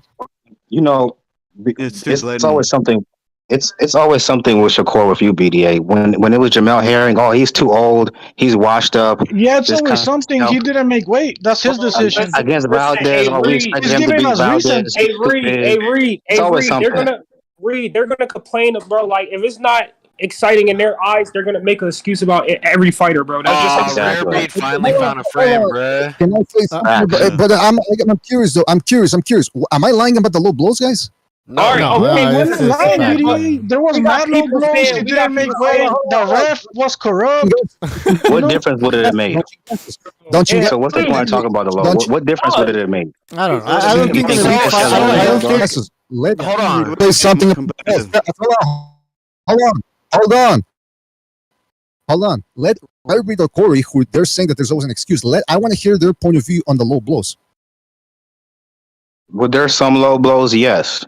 But I think you guys are exaggerating how many there were. Like you said, like 100 or whatever it was. Okay, do me a favor, Reverend. It's a short video. That'd be fine, bro.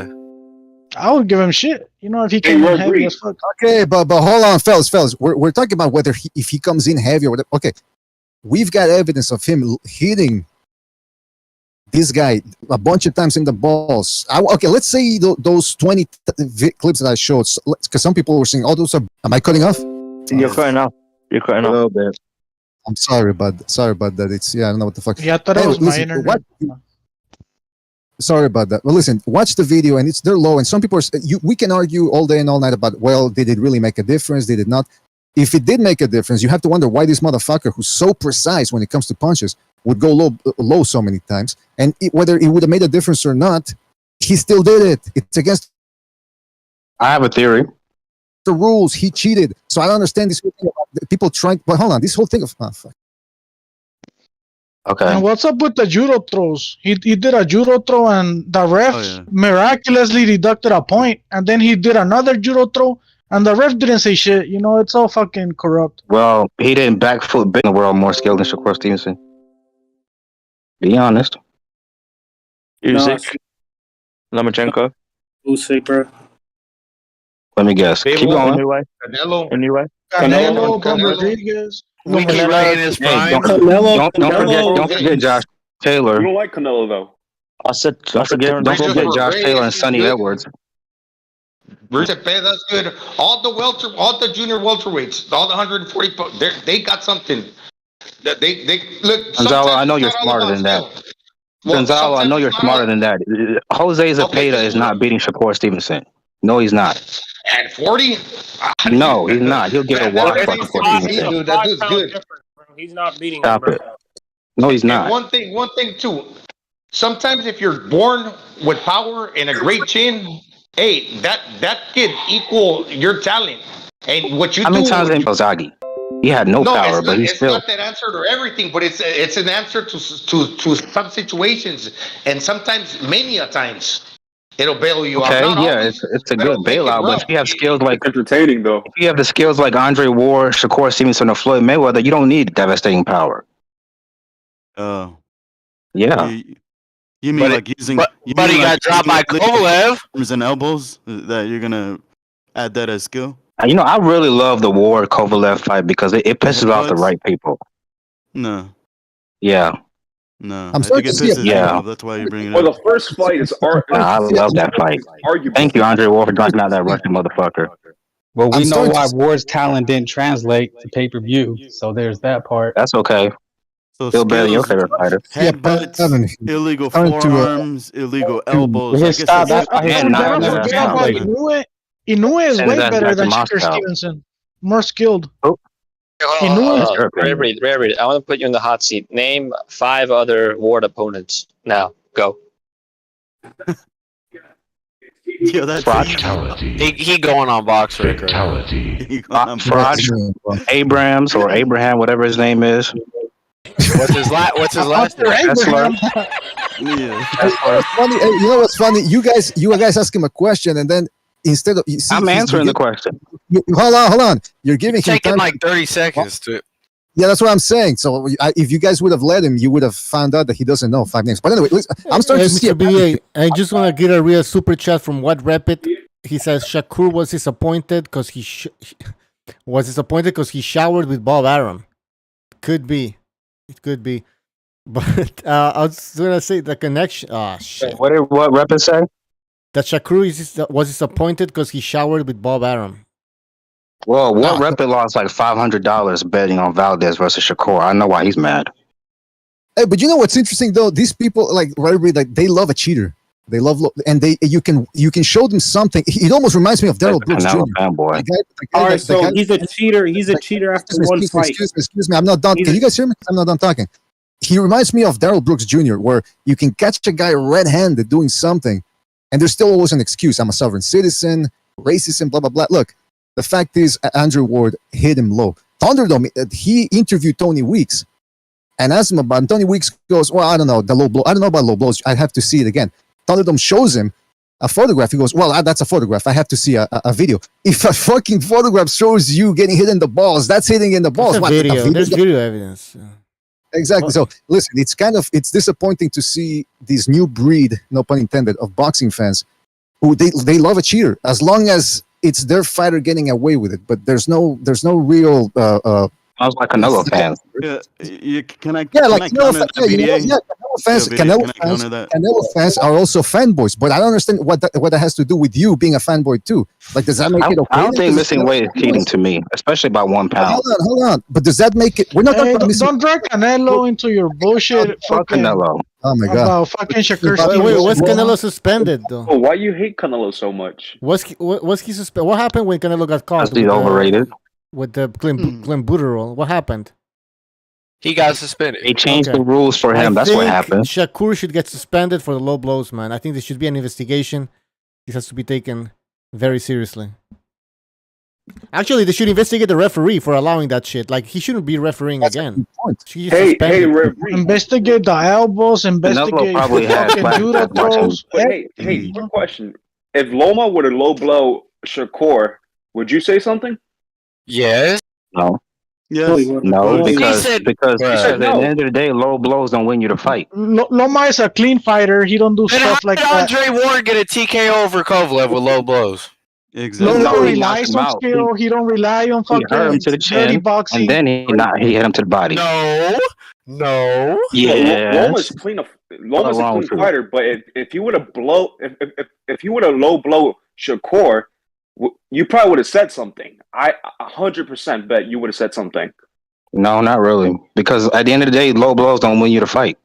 So he can do all. If Shakur They is more want skilled Shakur than Loma, he can Stevenson do. the fight. They want Shakur Stevenson Well, the if fight. Shakur So you're lying. outskills Loma, he can throw all the low blows he wants. It's not going to win him the fight. This is how you know. This is how you know hasn't been in a fight ever. And I hate to say this, but it won Salido the fight against Loma too. He was low blowing. Because you're saying if the low blows debilitate you and they take away your legs, that's a thing. So it's not going to get you the decision on the scorecard. It doesn't get you extra points, but it's making enough of a difference, which is why guys cheat. I don't understand why that's so hard to wrap some people can't wrap their hands around that, but that's what it is. So when you got guys cheating and saying, well, I don't care, that's the problem with a lot of boxing fans. And that's why boxing for a long time and society as a whole is in the mess it's in right now, because some people, I don't care. It's that passivity. You know what? You know when I'll give Shakur and Haney the respect, and this is just one boxing fan, one squirrel and a fucking motherfucker. Hey, when he fights all the guys in the division, because they're out there, man. You got many names at the 35-pound division and 40-pound that you can face. We can name them. There's a whole bunch of them. Those divisions are stacked. And why come these fighters ain't facing those guys? They're gonna blame it on Al Haney that the fights don't take place. When you start fighting those fights, even Tank Davis, when he starts fighting, it goes for Ryan Garcia and everybody else too. When they start fighting those fights, that's when they'll get the credit, man. Wait, I mean, he missed weight last time, so I don't see excuses for it. But they're 135, Williams paid with. Udo Stur brings up a good point in the chat. He says, low blows don't win you the fight. Tell that to Trinidad. And you keep breaking up. The connection's pretty bad. William Cepeda, Chon Cepeda, tu jefa Cepeda. Anybody. Did you guys hear that one of the promoters of Haney Kambosos said that the winner of that fight is going to fight Loma? I think Haney will move up when he probably. I think Haney will win, and I think he'll move up. So the balance now fight a fucking Rayo Valenzuela. He wants to get back in the mix. The guy that beat him. What about? There's a whole bunch of names, man. Fucking Ryan Garcia, Tank Davis. Who else? There's a whole bunch that the little Ali dude. What's his name? Little Pitbull Cruz. Pitbull Cruz. Yeah, 135 to 147. You got a good talent pool there for a lot of fights as well. So might help is creating another voice chat, and then everybody could just join that. How's that gonna super chat? Jesus Christ, where are the super chats coming in now? Stevenson looks like more like Moses, like from The Simpsons. He looks like a deep water fish. Both Ward and Stevenson trained at the Nutbuster Boxing Academy.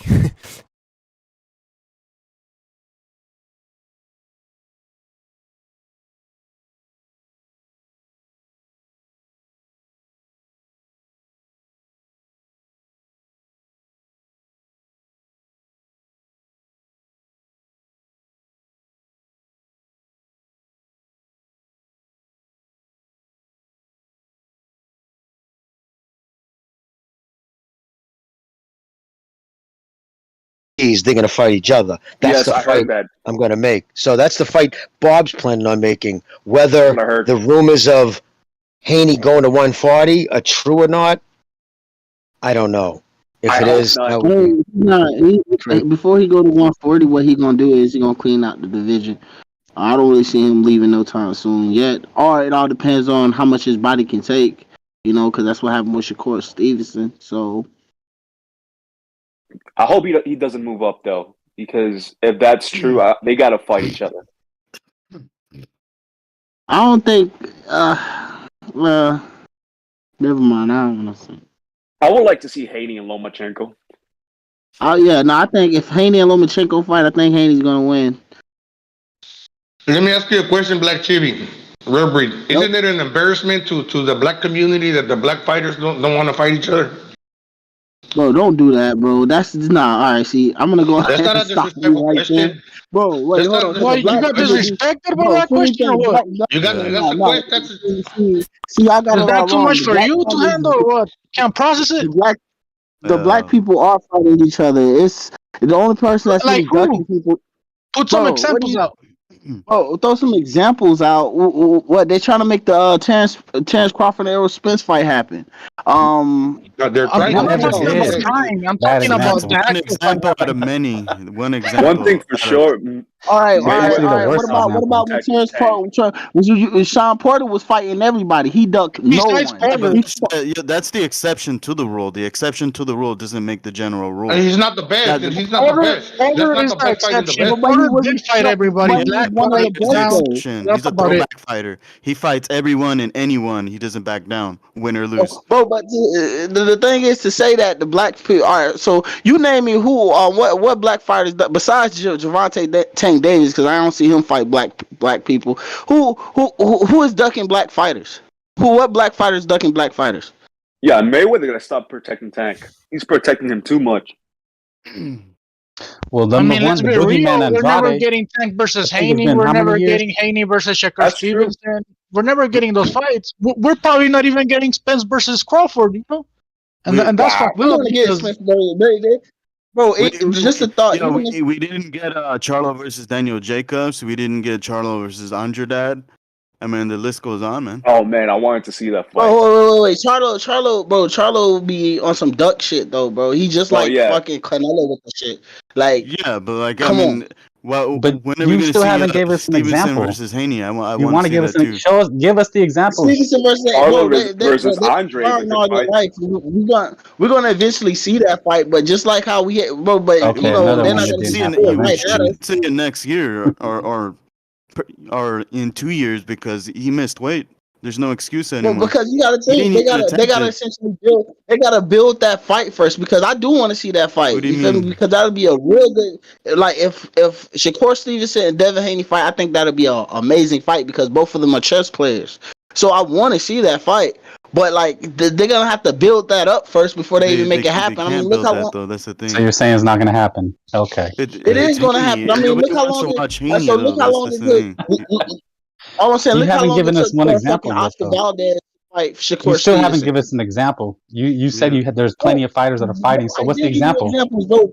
Black fighters do not duck black fighters. You gave us one. You said Porter and Crawford. That was it. You know how many years before that Crawford faced somebody? Keith Thurman's not ducking nobody. He fights black fighters, bro. We're talking about them fighting each other. Ducking everybody, bro. Keith Thurman been ducking his whole career, bro. Yeah, we're talking about them fighting each other.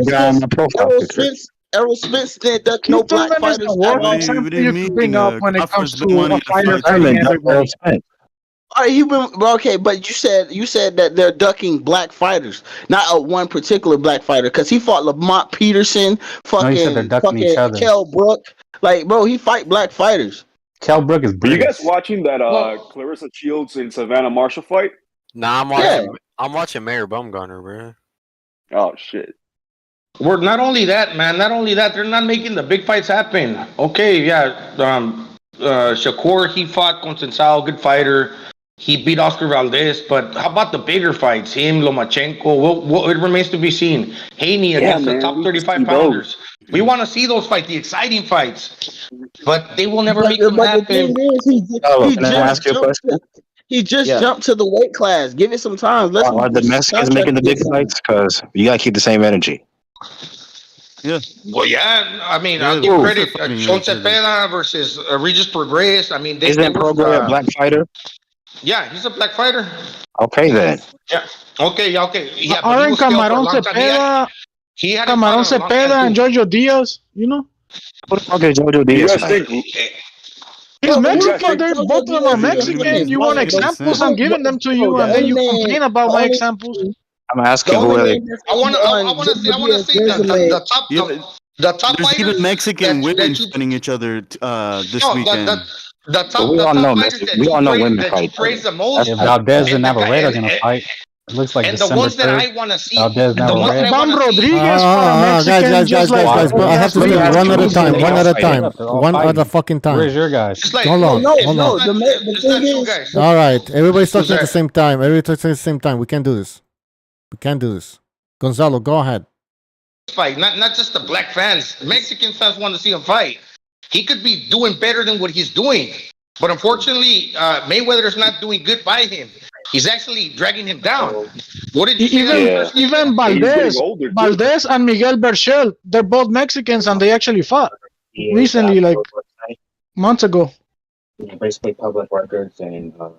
Who the fuck is Oscar Valdez, bro? Website because I mean, you wanted an example of Mexican versus Mexican. Valdez is Mexican and Berchelt is Mexican, and they fought each other. What's the debate? No, Mexicans and Mexicans, they do fight. It's just the whole. Here's why this whole thing even started to argue with black fighters don't fight black fighters because they heard that because of what Canelo Alvarez been doing lately. So now. It's more of a thing that people are trying to compare that shit.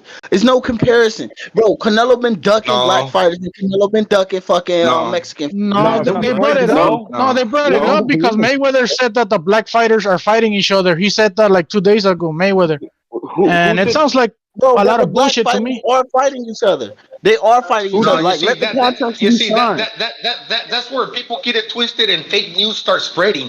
Just because the people were doing they were pretty much they threw that little shady comment just to deceive the people. But in reality, Canelo been fighting who he needed to fight. But you throw in that little shady comment to confuse the people and make people believe a fucking lie. Now you're running with the Chibi. You're spreading this fucking lie, and all of a sudden people believe it's true. That's the day we live in today, man. That's all nonsense that spoke. No, but this is the thing, though, Gonzalo. I've been saying Mexicans been fighting blacks. The guys that are not fucking fighting, Mayweather made a comment to make it seem like it's the other way around. That's some street shit. I've been saying this shit. Way before Mayweather even said it, though. They're trying to flip the table, you know. They're trying to confuse the narrative into a false narrative. And he only fight white boys. That's all he does. Wait, who? Canelo? Yeah. Bro, I didn't know Chavez Jr. was white, man. I didn't know Jacobs was white. I didn't know Kirkland was white. I didn't know Mayweather was white. I didn't know Lara was white. I didn't know Bevo was white. Yeah. Canelo had one narratives. Bring it up. Is Austin Trout white? Austin Trout, the kid he knocked out. Lara, who's the other kid he sparked? Daniel Jacobs. Daniel Jacobs. Canelo's fought more black fighters. Canelo's fought more black fighters than any popular black fighters fought black fighters today. Period. Yeah, bro, hold on. Rewind. Listen, no. Yeah, rewind this. Listen, I say he's not fighting black fighters. He's not fighting undefeated black fighters. The only undefeated black fighter he fought was fucking Floyd Mayweather. Other than that, so what the fuck you saying, homie? Austin Trump was undefeated. Austin Trump was undefeated. Oh my god, the narrative. Chibi, listen, Chibi just doesn't know. He wasn't following the sport back then, and he admits he wasn't. So he doesn't know about that. Yeah, but I didn't speak on something I. No, I understand. I'm just saying. Take it with a grain of salt. I don't think he's pushing a narrative. I don't think he just doesn't know. But then again, you shouldn't say it so authoritatively if you don't know. But he did fight a lot of black fighters, bro, and some undefeated guys. I don't know if and now he's only fighting the guys who are champions. If there were 3 black champions at 168, he would have gladly fought them. But maybe, there was maybe three not. champions. There were But- three No, black there wasn't. champions at No, there wasn't 160. at 168. Doesn't he didn't want to fight at 160. So Chibi, he didn't want to fight at 168 anymore. 160. There was one black fighter. There was Charlo. That was it. But wait, Jimmy. Andrade so, was I don't a know. champion too at 162 as well, though. Hold up, Jimmy. And, So, I don't know. Doug Canelo though. Yes, Charlo did turn down a career high payday. Said straight up no. His own brother made fun of him. Plus, on top of that, back then when Andrade, as bad as it is now, he brought nothing to the table. No network money, no fan base. It's like, okay, so basically I could fight Andrade or I could fight that fucking broken piece of furniture over there on the sidewalk, and it's going to bring as much to the table as Boo Boo. Seriously, just because, you know what I'm saying? Like, it's at the end of the day, it's a business, too. Why are You you gotta, guys so high on Andrade and Charlo when they haven't even fought in 2022? Like, haven't fought anybody. Well, if I was Charlo, I'd Well, he fight doesn't need Johnny to fight back at Charlo least, or and Andrade. He needs to get fight someone else on my Benavidez. resume. Who he'll never yeah, fight because he's a Mexican. All right, if we're gonna look at it in that standpoint on a money situation, Canelo Alvarez would have made 10 times more money if he would have fought if he would have took the PBC contract. No, he wouldn't. If he No, he wasn't. He made less money. Money if he fought Daniel Jacobs. So I Did mean, you there's the did kind you of literally argument to hear that. Jimmy's conversation a few days ago? Bro, they're not even paying Terence Crawford a guaranteed. That's how much money PBC have right now. Like, what are you talking about? Not for real. Well, hey, what you guys think? What you guys think about the hypocrisy of Mayweather stopping Tank from going into the DAZN, stopping all the PBC fighters from making big money in the DAZN, while Mayweather is fighting on the DAZN? What the fuck is going on there? That's unbelievable. Look, talk about throwing his own man under the table. Right? Fucking Ellaby's on Twitter all the time bashing DAZN, the app. Nobody's watching that crap. And now he's going to turn around it. Now he's going to turn. Sorry. Yeah, go ahead. Now he's going to turn around and fucking. Now he can't say nothing because his boy's fucking fighting on that app now. Now he's going to sit there biting his lip. Listen, he took a huge L on that one, fucking Ellaby. But listen, there was incentives. It was up to with profit on that PBC contract. That was all the PBC was doing, was offering him a slice of his own money.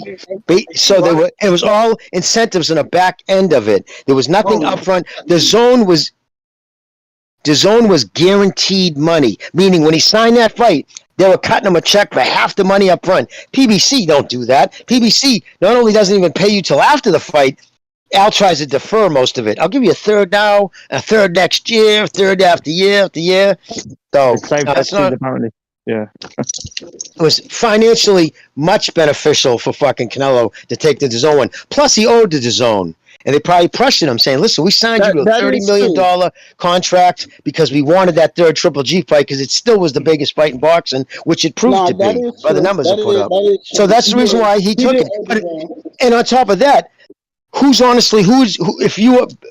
tougher opponent, Charlo or Bivol? Bivol. Without a doubt, nobody can say Charlo's tougher. So how can you dog somebody for taking on a? Can I respond to that real quick? Yep. About the Bivol Charlo point. Yep. Obviously, Bivol is a superior fighter to Charlo, not even close.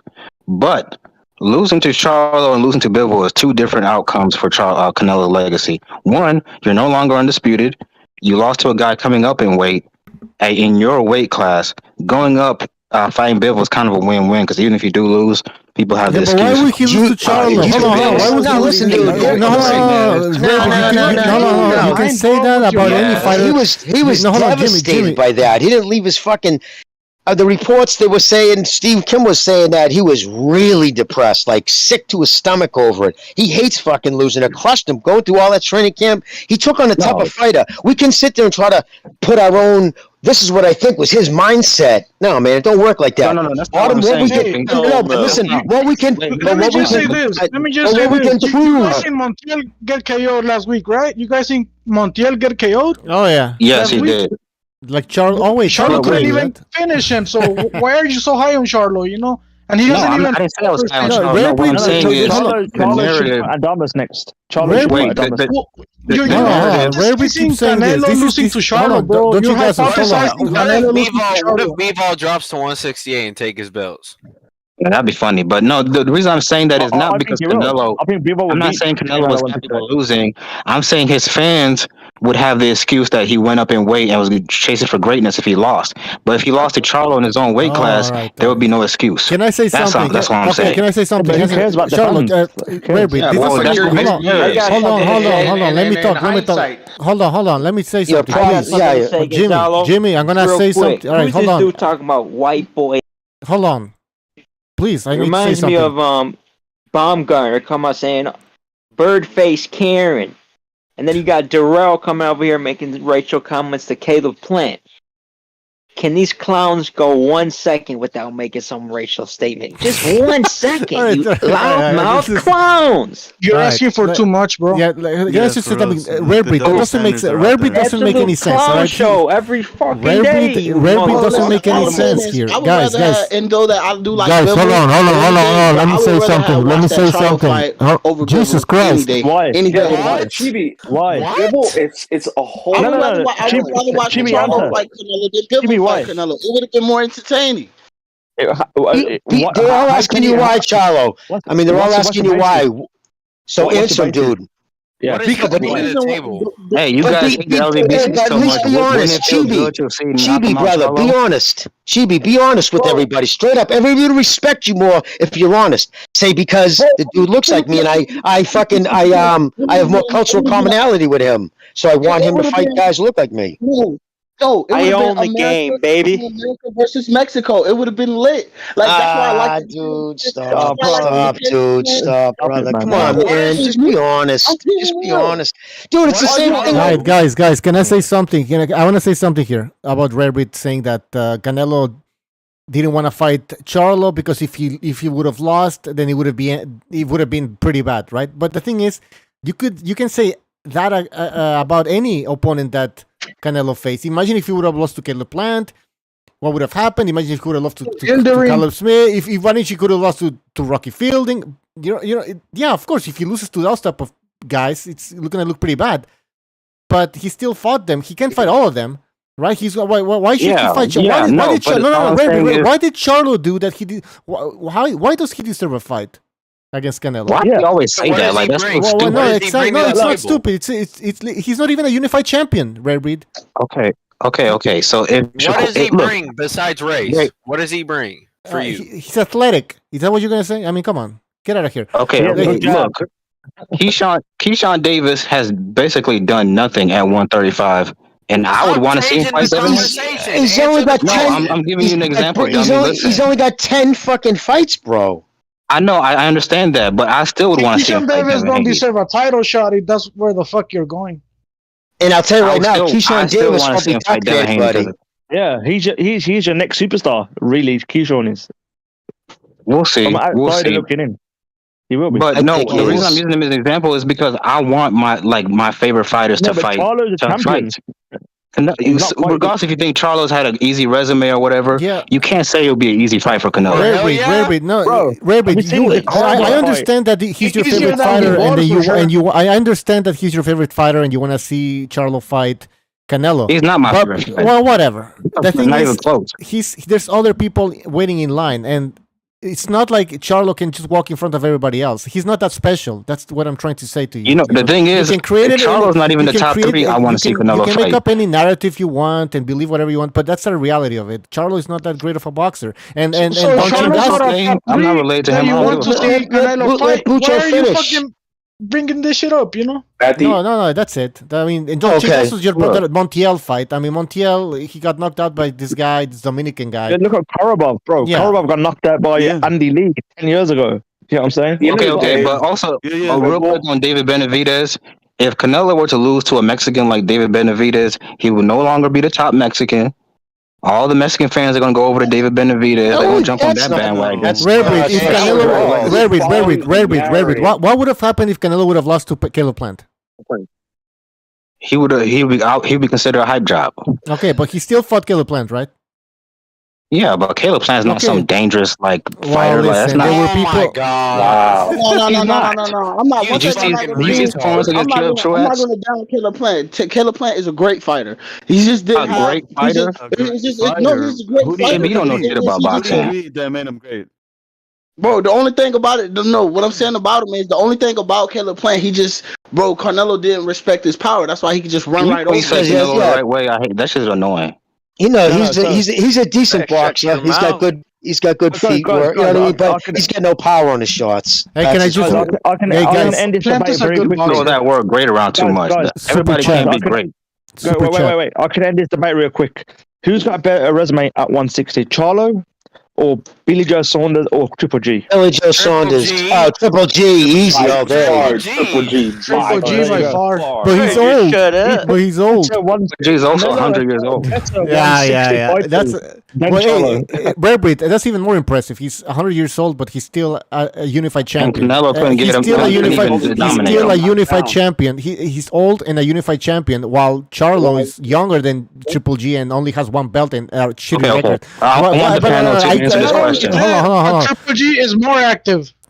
I want the panel to answer this question very honestly. Wait. Hold your question just quickly. Just hold that question. I'm gonna read a super chat. Vladdy V, thank you for your contribution. He says props to Canelo for not giving useless Wakanda fighters a paycheck. There you go. That's the what people think about Canelo. What an idiot. And Rare, go ahead with your question.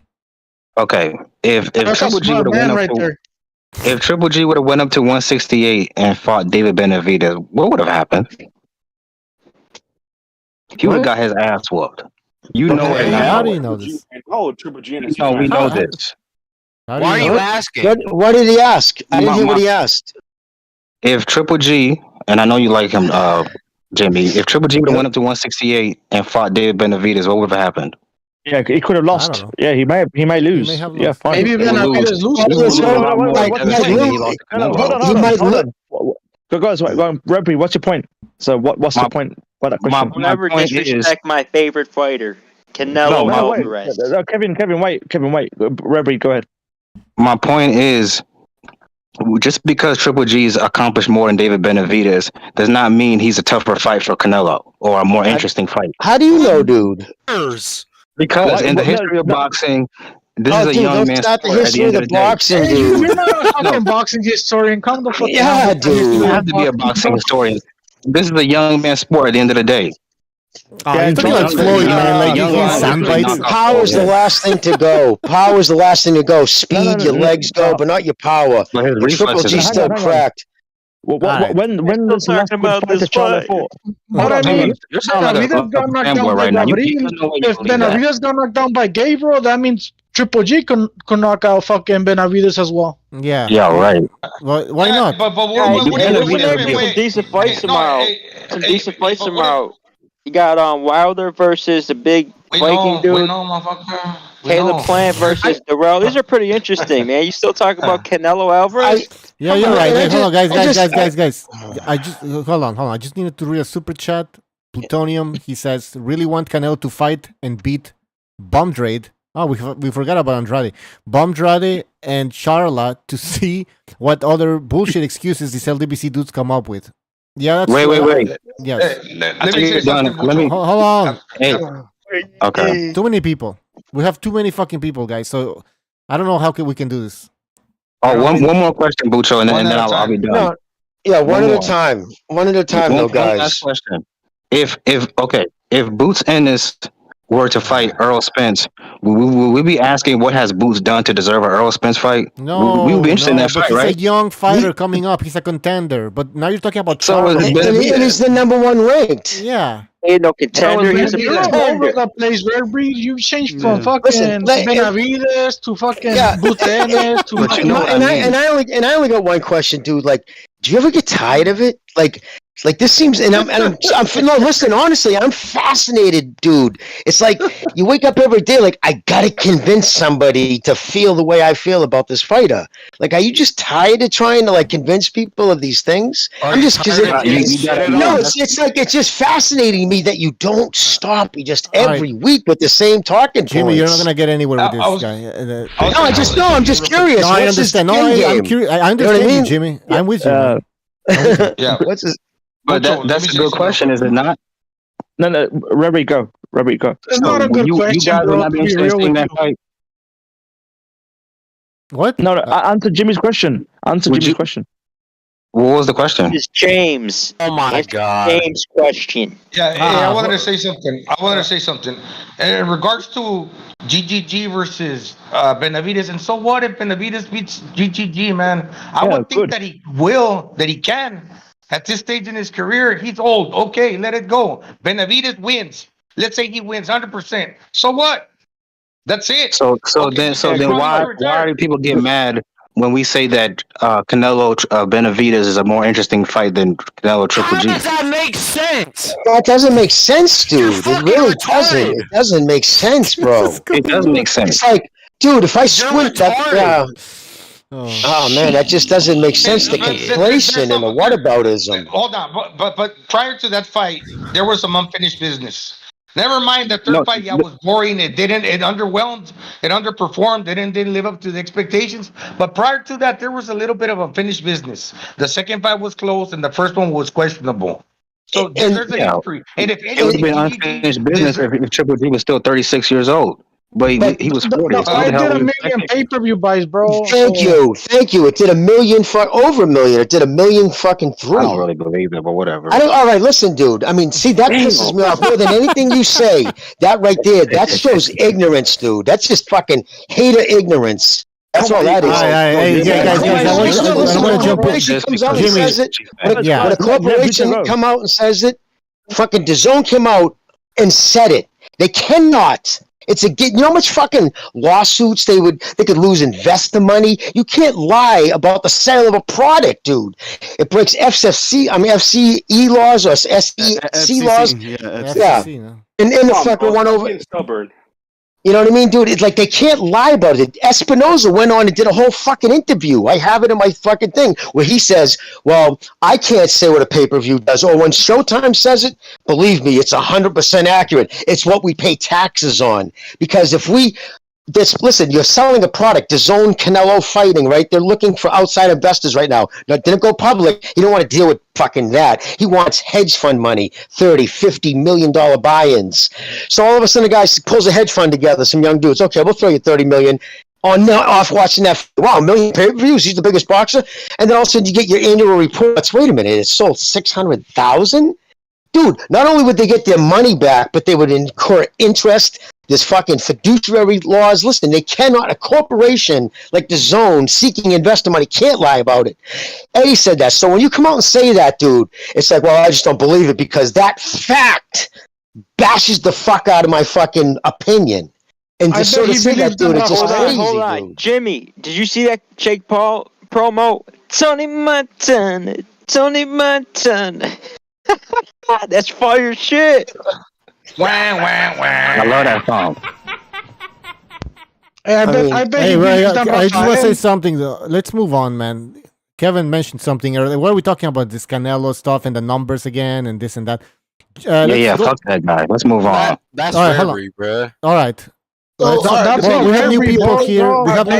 We have new people that jumped in. So let's go back to what's happening. I don't like his fanboys. Saturday. All right. So I want to start so we can. Gonzalo, go ahead. No, just one more joke from Kevin, please, before you go on. Just kidding. Okay, go ahead. All right. Jimmy, let's start with Jimmy. Jimmy, your thoughts on Wilder coming in at 214? Not only did he look thin, which is his legs. Everybody's gonna remember it's what you don't really see. His fucking legs are real skinny, and so that's where he loses all his weight. You know what I mean? So he keeps, gains and loses his weight for his fight. So that's light. He understands. I mean, the trainer, if you looked at his videos, a lot of broomstick ducking, dancing around and shit, which you're trying to work on his feet. And too bad he didn't try that shit a little earlier in his career instead of just standing there throwing those fucking 2-punch combinations into the mitt because he was always looking for a knockout. But this kid is tailor-made for him. Chin up in the air. He's got slow feet, fights from the mid-range out. You know what I mean? But here's the problem. This fight's gaining no fucking interest. Tickets aren't selling. The fucking press conference and the weigh-in was empty. That's why he looked dejected. He was sitting there going, holy shit. Last time I was in this motherfucker, this place had 10,000 people jamming in here. And Jimmy, why it wasn't for reporters, dude. Because it's a shit fight. It's Helenius. He's a fucking slow-footed domestic level talent at best, and they put him in there to knock him out. And what pisses people off, it could go because hey, it's his first fight back. It's got that angle. But the fact that they're expecting fans to charge $74.99, it gets to the point where it becomes it's offensive, and the fans aren't showing up, and the tickets aren't fucking selling. It's not. I'm just curious to see if Dan Raphael, because he was Johnny on the spot with them Canelo Triple G numbers, pay-per-view numbers within 38 hours. I think he had them fucking things plus the fucking domestic, and he was completely off. And he wouldn't even back off on it until fucking he was just getting overloaded and had to block half of Twitter because he was so embarrassed by that bullshit. He was leaked the same, probably from the same people that leaked him the pay-per-view numbers from the PBC. Mm-hmm. But let's just see within 36 hours if he's got a whole column about the how it underperformed. Mm-hmm. You won't even use that language because he's in the pocket of the PBC right now, and that's all Heyman does from the beginning. Listen. The PBC started May 2015. Right when they started, normally when something like that happens, there's a big press release. Every fucking writer worth their weight in spin. Anybody who's working in any publication, a known publication, is going to get credentials mailed to them. He didn't. He said from the beginning it had to be on request because they were going to sift through and see who was going to be compliant. Like Steve Kim said, did you ever see me do a PBC event? A pure PBC event? No, because fuck you. You're not going to control what I say, and he only lets guys in who give favorable, like Jake Donovan, Keith Idolac, and now fucking Dan Dufresne, Dan Raphael, now that he lost ESPN.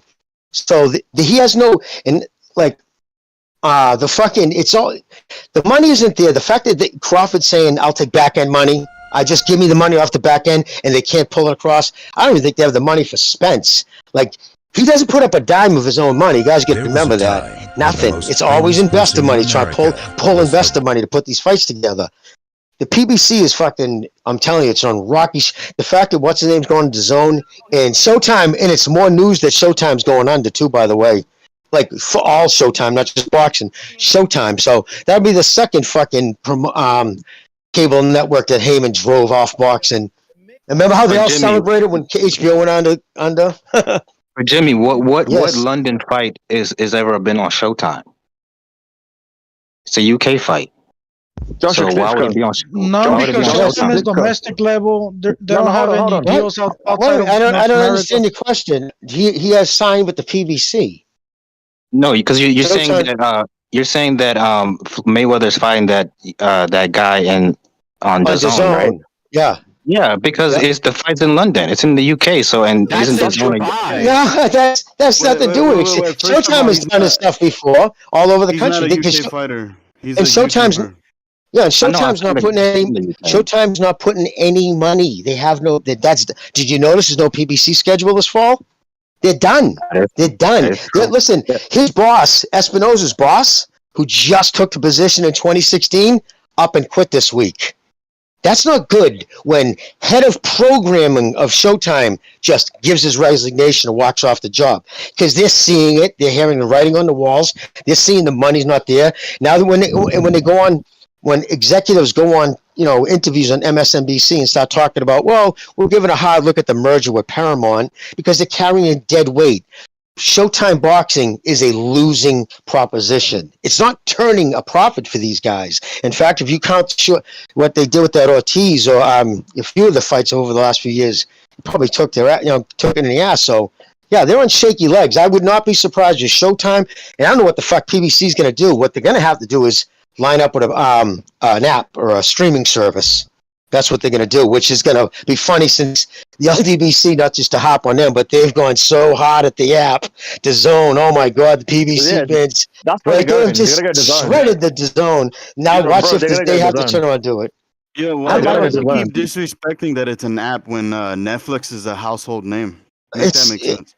It's the grasping for straws. Listen, when you root for a fucking promotion because the fucking head of it shares your ethnicity, things are not going to end well for you. You know what I'm saying? That's just how it comes down to it. PBC is the bottom of the barrel when it comes to Showtime, so they're not going to keep PBC. They're gonna keep their high. They're good shows. That's it. All right, Premier shows. Why do you like PBC? You just said you say it every week. I like PBC. Why? I like PBC Be honest.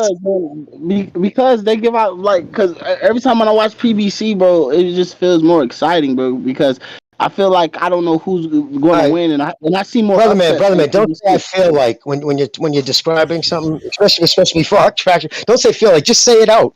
But the thing is, brother, the numbers aren't there. They're putting up atrocious numbers.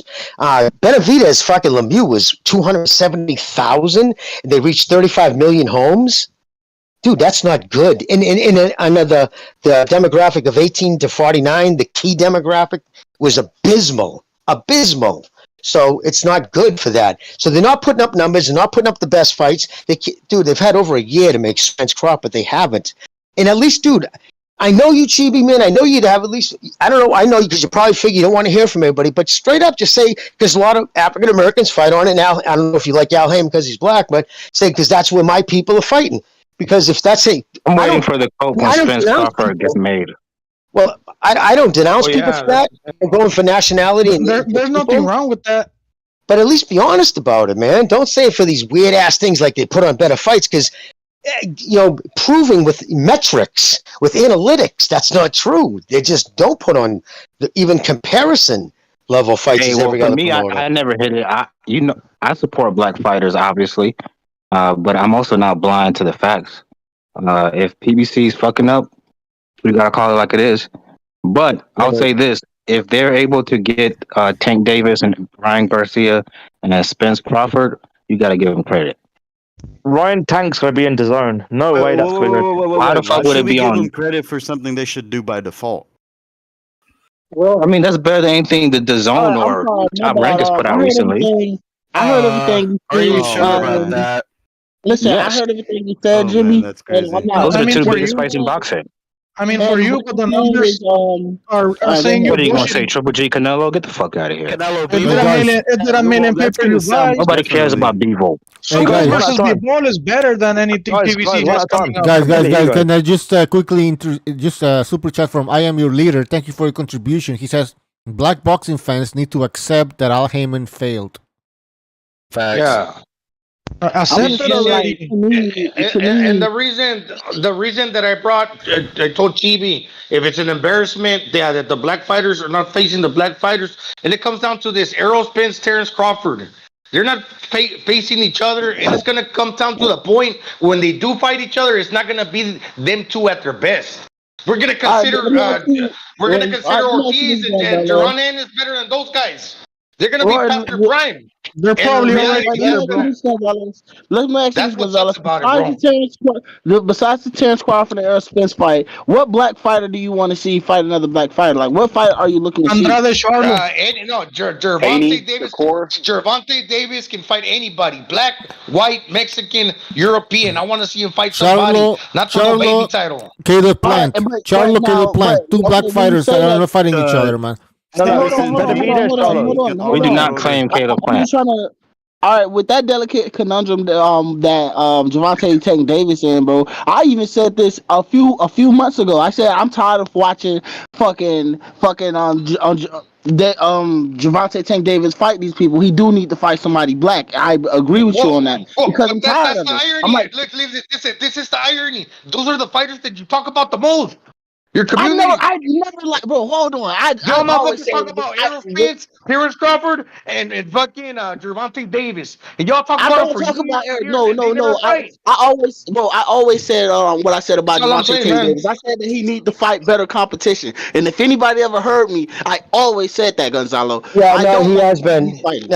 Chibi has been saying that. But listen, I gotta say the Red Braid, Usyk, Joshua too, fucking obliterates Spence Crawford for size and scope, and so does it, and it absolutely creams fucking Davis and Garcia. And I'm not going to give that kid props because he hasn't fought anybody in over 5 years.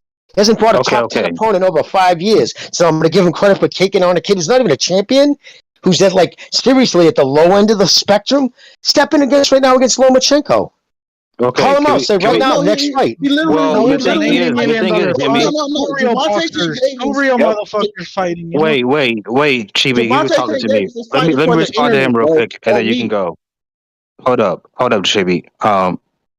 So the thing is, if Tank were to beat Lomachenko right now, people like you would say, oh, Lomachenko is getting old and behind the tooth a Like little me? bit. So there's Yeah, nothing no, Tank see, can dude, do. don't put your fucking biases in your bullshit. I talk the facts. I go against the fighter, even if I like him. I lying? pick Bell to beat fucking Canelo. Well, you're not a I'm Canelo fan, so I don't know why does that matter. But now listen, you didn't remember me picking Bell to beat Canelo? No, I'm saying you're not a Canelo fan, so I would. No, I am a Canelo fan. I'm a fan of any fighter who's willing to fight. Yeah, dude, I don't give a fuck. And I don't even give it. Listen, you know what, dude? But this is where the disconnect doesn't happen with me. These motherfuckers don't pay my bills. I like them. They're great fighters. But at the end of the day, fuck them. I'd be more upset if my dog got hit by a car. Jimmy, right? Because they're fighters. They're athletes, dude. I don't relate with them like that. Because over my life, know what it is? You're young, dude. You've been following the sport for 3 minutes. Bro, I was at a world championship fight in 1980. Hagler, Anafimo 2, the Boston Garden. I was 14.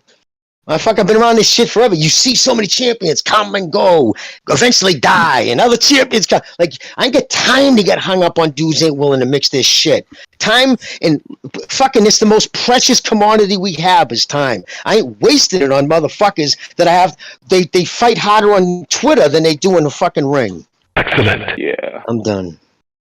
No, that's facts. The Javante Tank Davis literally is fighting for social media. Why would he even want to fight Ryan Garcia? Like, it's just it's just a publicity stunt to me. Like, he can fight anybody. He could have sat there and said, I want to be, if he was champion and then fought Ryan Garcia, for the bum of the month or some shit like that, it would have been like, all right, lit. I always agree with any fighter should at least fight a bum of the month. There's two reasons, Chibi, that he's fighting Ryan Garcia. One, he thinks that Ryan Garcia is trash. It's not confirmed that he's fighting Ryan Garcia. They do want that fight. Trust me, they want that fight. The reason they want that fight is because it's not confirmed, bro. It's not confirmed. But it's going to happen. Trust me. But listen, the reason they want that fight is because they think Ryan Garcia is trash, and two, it would make a lot of money. So they would have that's why. a counter offer if they really believe. But what I'm saying is, Javante Tank Davis, bro, is basically bum hunting, bro. Like, he could have been sitting here. I agree. He could literally sit here and say, I wouldn't say Ryan Garcia's a bum though. Okay, I want the Lomachenko fight, man, bro. Ryan Garcia, bro, is a princess in this fucking sport. I swear to fucking God, he's a fucking princess. He's got cement feet. I don't respect people who. Tank is a princess too, though. Tank is a princess too. Tank. Yeah, he is. He might be a princess, but he can fight. Bro, the thing about Ryan Garcia will KO Tank, bro. So it's the same shit. They both can fight. Oh, you're just biased because that's your Mexican heart speaking. You respect that, but no, dude. Okay. What about the black fighters? Yeah, but you gotta say who's he doing it against? If they were to fight, Ryan Garcia will get knocked the fuck out. I know this. He would. He can just chin up in the air. He couldn't even KO little midget Pitbull Cruz, bro. He couldn't KO Pitbull Cruz, who's like 5'3", 5'2". So get the fuck out of here. Plus he couldn't KO Ryan, who's 5'10", bro. That motherfucker lost. That dude lost rounds. I'm putting money on it right now. If motherfucking Isaac Cruz fought Ryan Garcia, Isaac Cruz would knock fucking Ryan Garcia out, and I believe that. You want to even Gamboa went to the 12th round or 11th round with fucking Tank. Even Gamboa, that's a Gamboa with one leg right there. You want to know something? You still knocked him out. Didn't Leo Santa Cruz drop Tank? Yeah, he knocked him out. Pitbull KO Gamboa in like the 3rd round. So these guys just got to challenge themselves. To be honest, Ryan Garcia's too big for Tank Davis. He's too big. You'll knock him out? Bro, what you mean? Well, Barrios was big as shit too, though. Look how that went. That's Barrios, bro. Come on, bro. Bro, I ain't gonna say shit about Barrios. Barrios is a warrior. One more year, he's too big, man. Look, you said I'm a Mexican biased. I'm telling you, Barrios is trash, bro, and he's Mexican. He's not a good fighter. He went the distance with the Russian. I thought the Russian beat Barrios, to be real with you. I'm the cry of he won the fucking fight. Dude, he lost. Mario probably has more skills than Ryan Garcia. Ryan just got power and speed. Oh, bro. No, he doesn't. Yes. That's power and speed. That's two fucking huge That's natural things, ability. man. You're born with that. No, you're not. No, you're not. You gotta build that. You gotta fucking work on that with your timing, look and at it's Shakur also Stevenson and timing. Devin Haney. They don't have any power. You can't. Right. Either you got it or you don't. How can you in your head, right, say you're a boxer fan and say that this kid's gonna do this and do that to all these people when he's losing rounds to fucking Rolly Romero? I felt like he was playing. He was trying to set up Rolly Romero. You feel, I know that's, but all right, you feel, I feel, we all feel. But, answer, man. Right, all right, yeah, exactly. So you feel, I feel, but the fact is, he was losing rounds. The judges had him down. He was trying to set him up. Lomachenko. So do you think Lomachenko would need to lose rounds to set that fucking bum up? The dude shouldn't have a driver's license. Well, to be fair, Jimmy. Take Davis a bum, Be fair, man. Jimmy. No? Actually, Canelo and Tank have a very similar fighting style. They don't mind losing some rounds. No, they don't, bro. No, they don't, They might do. They really like shorter, more muscular necks, and they throw kind of quick punches. Okay, I'll give you that. But even Canelo did it. Yeah, But no, that's listen, and you can tell he tries to do some of the shit Canelo does. Boxer punchers. They're both boxer punchers. That's all they have in similarity. But one Now, guy's I thinking would about say his Tank has better feet than Canelo. I would Yeah, say but that. You think a lot of bullshit, bro. I'm not surprised that you think that shit. Yeah, listen, No, Canelo's that's feet are fact. probably Canelo cements with it. Yeah, his Canelo's feet are his least. That's probably his least best attribute. But from the waist up, there's almost nobody better. He's unbelievable at rolling with punches. Great defense. He doesn't get enough credit for his defense, upper body defense. Yeah. But he's also upper body, but lower body. Not yet. But you tell me somebody that stays on their toes who cracks as hard as a puncher like say for example, let's say Canelo Alvarez, a guy that stays on their toes and always twisting and turning on the ball of their foot, that crack as hard as a puncher. They don't, because when you're on the tip of your toes, you're not cracking at all. You're not cracking at all. So do you say that being flat-footed is a bad thing? Okay, it certainly can prove to be bad against a certain style, but in my eyes, planting your feet on the canvas is a good thing. Because the guys there ain't doing it, they ain't cracking hard.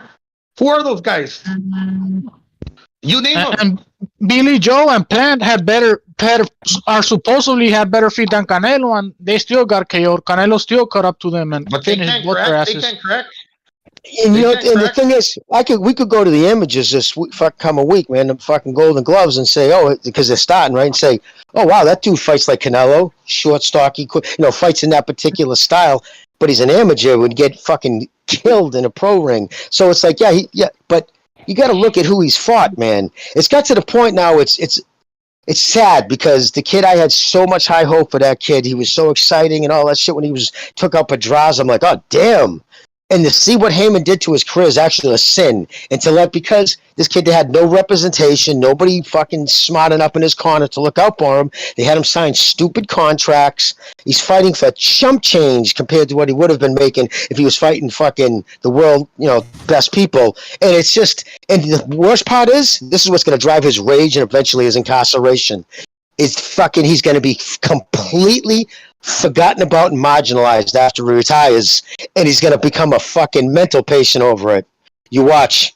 And that's why he's already on edge now, because he's embarrassed. If he beats Devin Haney, if he beats, Jimmy, let's say he gets Ryan Garcia or Devin Haney, he won't be forgetting. When it was supposed to be Lomachenko and Tevin Farmer against Tank, and they never fought, and now we're already on a new generation with other fighters, and Tank isn't fighting them either, It's been like two cycles of champions, Hey, you know what's funny? You know what I noticed? That we're always talking about how black fighters are ducking it, but let's talk about Munguia. He never fights anybody. He was supposed to be this great champion. Who has Munguia fought all these years? Yeah, he's also ducking.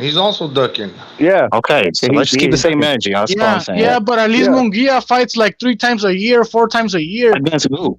And Charlo and Andrade and them aren't even fighting 3 times a year. I don't even care if they're fighting bums. Fought twice since Charlo last fought. Twice. All right, bro. If y'all wanna, if you, all right, look, I can see that this is becoming a race thing. If y'all want to make this a race thing, y'all could. But Kambosos for it's not a race thing. He's being biased for for being proud of his nationality. Come on, man. Look, No, but Munguia has been active though. Like that has nothing to do with nationality. Man, I'm just pointing it out. From my hometown, man. He's from my hometown, and I'm not gonna cover for No his ass. disrespect, Gonzalo. He sucks. I mean, he catches a lot of punches. He's powerful. He knocked out the guy that went the distance with Charlo in one round. Alongo's powerful too. He still sucks. Make Munguia versus Charlo. They have to make that fight. And y'all keep forgetting that Styles make fights too, man. Like you know what I'm saying. Charlo has a drinking problem. Munguia could beat him. Hey, if Charlo and Andrade were fighting 3 times a year, I wouldn't give him that many shit as I do. But they're not, you know. And Munguia is. He had like 3 fights this year. But you know, Andre's best fight on his best resume is Andre's best fight on his resume is Billy Joe failing a drug test. That's Andre's best fucking win. That's how bad his resume is right now. His best win is going life and death with Vanez, isn't it? Yep. No, it's Meta Erosion or Meta Erosion, whatever. Andre's best win, is Saunders failing a drug test. That's Andre's best fucking win. But his best win, but his best opponent would be you would have to say Mount Erosion. Did he fight? Maybe. No, I don't think. Well, Andrade didn't fight him, did he? Oh, Andrade. Okay. Yeah. Okay, sorry. Okay, but here's the thing about boxing, though. There's only certain fighters that can really truly pick and choose who they really want to fight. Everybody else you have to fight whoever the fuck they give you. Yeah, but dude, how many times did he turn down fights? Christ, I know at least 5 or 6. Every time he definitely turned down the Charlo fight the first time, and that's why the Charlo. I believe Andrade on that one because Daniel Jacobs' team sent an offer to Charlo. Yeah, Charlo's team was MIA. Well, that might be true with Jacobs, but what they definitely did try to fight Demetrius, but he fouled out the last second.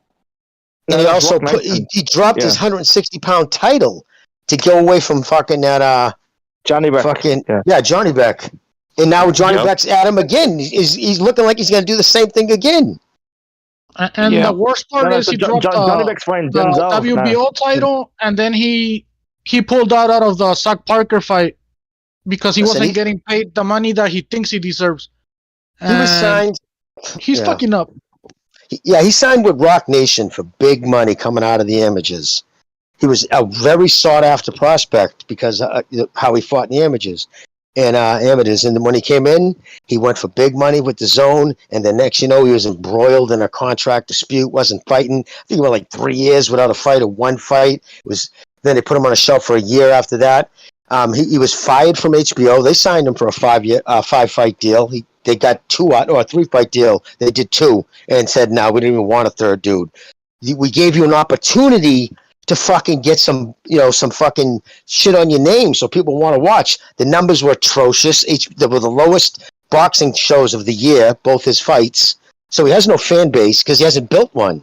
And if he's only going to depend on a handful of very ardent, fucking racially motivated fans, that's not going to move the needle enough to control his career. So now he's fucked. Now if he wants a big fight, he is negotiating from such a position of weakness. No belt or whatever. He has no corner. Shouldn't this be a lesson? Shouldn't this be a lesson for young fighters coming up that not to fuck up in your, who you sign with or who you deal with early in your career? Yeah, it should be a lesson to them. Yeah, because he's a talented guy, but he was not able to get the fights he wanted because, he was so talented in the Image. I went to see him. He was the last amateur boxing match I think I went to see live. Like travel down to Rhode Island. Yeah, no, he was a good amateur, man. He looked like he was going to come into the pros real strong. Yeah, no, he was good. Yeah. He was good, but again, 3 rounds. It's a different kind of world, but he still showed all the promise. You know what I mean? Right. Good footwork, good speed, accurate puncher.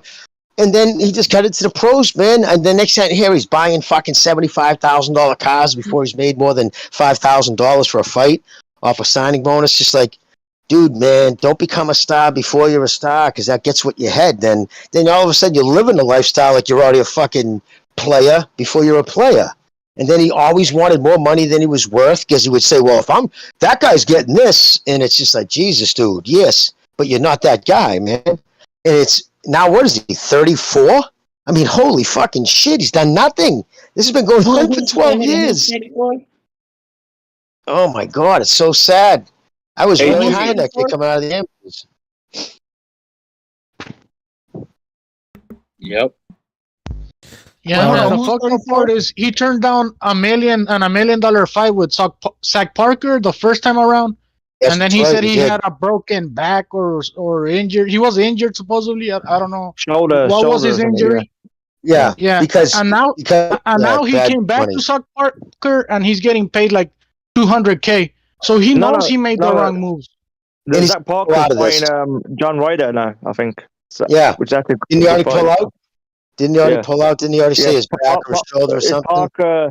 It's Parker Ryder for the WBO interim at 168. That's been signed though. So that's he's fucked. What is he gonna do now? He has no. Think about. You think he has any chance? For Canelo would even fucking look his way. Yeah, the dude's box office poison now. The WBO dropped Andre at 168 out of the rankings because he dropped out twice from the fight. There you go. This kid's been doing this his whole fucking career. So it's like, if it wasn't for people propping him up on Twitter and YouTube, this motherfucker get no play. I mean, I can say at least Charlo, because his brother still fucking fights guys, but Charlo's got to step up. And I feel for the kid. Listen, I said all the time in the show, man, we got to think these guys are human. Like, because we watch them fight and shit, so is it that disconnect? Like, we think, like, we almost put it in like, they step off the ring and they go get stayed in a fucking closet somewhere. They got fucked up lives and shitty girlfriends and fucking all the same crap we're going through with. It's just they're doing it with fucking better jewelry. Jimmy, do you know I think Andre's going to fight next? Eubank. That's what I think's going to happen. Eubank, Saunders, Andre, they're going to fight each other. That's what I think will happen. Right. Yeah, I heard rumors that Charlo's not even injured, that he's just having trouble with his wife and he's losing his house. Yeah. And that's why he's in fighting right now. Yeah. Well, he bought too many cars. He also had cars repossessed. You gotta remember that this is the problem with Charlo, man. Charlo got to a point, bro, that he's not even fighting like how he was back in the G. Like, he's not like, and he's been ducking. Like, he should have been. He could make a Benavidez fight happen. Like these fights are right there, but it's honestly no point of even talking. Well, you know what, dude? Chibi, would you be more motivated, right, to fight if you were living down in your mama's fucking, still staying in your room on a bunk bed? You know what I mean, or whatever. Like, you wanted to listen. Those money softens fighters, and what happened? He made money enough to buy that mansion, but he overextended himself because they're on a stipend. They don't get all their money. They get monthly installments, and so because he buys cars and houses, that money's not even covering his nut. That's why it's no joke. Why do you think he flipped out when his fucking card got denied? His debit card. Not a credit card, his debit card. That means his bank account was in the negative. And how embarrassing that must be for him? You know what's also reality? To be honest, one twin's going to be better than the other. Always. The two brothers are not always going to perform at the same level. There's always going to be one guy that's better than the other. Look at fucking history. If you want to... But look at the Klitschko's. Well, they're not twins. They're brothers, right? I thought Vitaly was a better fighter than me, but that's another story. Hey, but look, this is why. This is why. Even though real quick, Charlo, do you know why he changed? He changed when the skills robbed his fucking bag in fucking New York. He's not been the same fighter since then. That's true, but also you got to remember this: the smaller Charlo at 54, all his potential opponents are at PBC, so it was easy to make those fights. Charlo, the champions at 160 were what? Triple G, Andrade, and who else? Murata, right? He's supposed to fight Austin Strong. Eddie gave him a guarantee of $5 million, and he still said no. And Bob, but we never know these things because one side says one thing, the other side says no. Whoa, hold on. No side says no. Yeah, Al Heyman's side says we're not going to do this. No, listen, I don't want to talk politics again. No, we're not talking about politics, dude, and don't dictate what I'm going to talk about. Don't make a comment in like, who are we going to believe? I believe when fucking what's his name DMs me what his contracts. Tom Loeffler.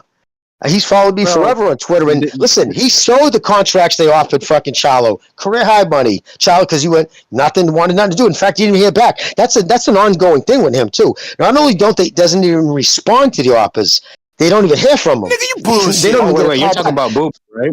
No. Charlo. In 2019, when Charlo... You're saying Boop offered him money to fight, right? No, he did. He did. Triple G. Yeah, Triple G. They offered Charlo $7 million. They offered Charlo $7 million to fight Andrade, and he turned it down. And he also he tweeted out with Triple G. He said in due time. That's what he tweeted out. And then Canelo, he was offered a career high payday with him. And his own brother went on fucking social media and said it. I would have never turned down that fucking Canelo money. So, dude, he's turned down all those big fights. And it wasn't that he even turned it down. I believe him when he said, I didn't even hear about him. Do you remember when Caleb Plant turned down Canelo the first time? Because he wanted to do like a 2-month turnaround or something like that. Are we sure that's not the same situation in that case? Because Canelo does do that. With Triple G, it would have been a quick turnaround. But here's the gig. Here's the the caveat. No, he was in a training camp already for somebody else. We don't. Maybe he was dealing with something. When Canelo shows up with the fucking contract, you sign it because that's your big payday. You want to fight Canelo at your best, and that's it. That's a good point. That's a good point. Andy Ruiz had 5 weeks against Joshua. That's what I'm going to say. In Charlo with Canelo, and they offered that was like 6 months out because they were offering it from that Cinco de Mayo 2019. And they did nothing. They weren't interested. No disrespect to Andy Ruiz, but he wasn't a champion at that time. He doesn't deserve that kind of respect. That Charlo deserves respect and get a full training camp. No. Charlo was a champion when Canelo gave him the contract the first time. He was not a champion. Who's the bigger fighter on Fight Night? What are you talking about? Canelo or Triple G? On the game, I would suppose probably Canelo, wouldn't it? Nope, not from what I remember. No, on the first 2 fights, it was Triple G. That's before my time, man. I wasn't born yet.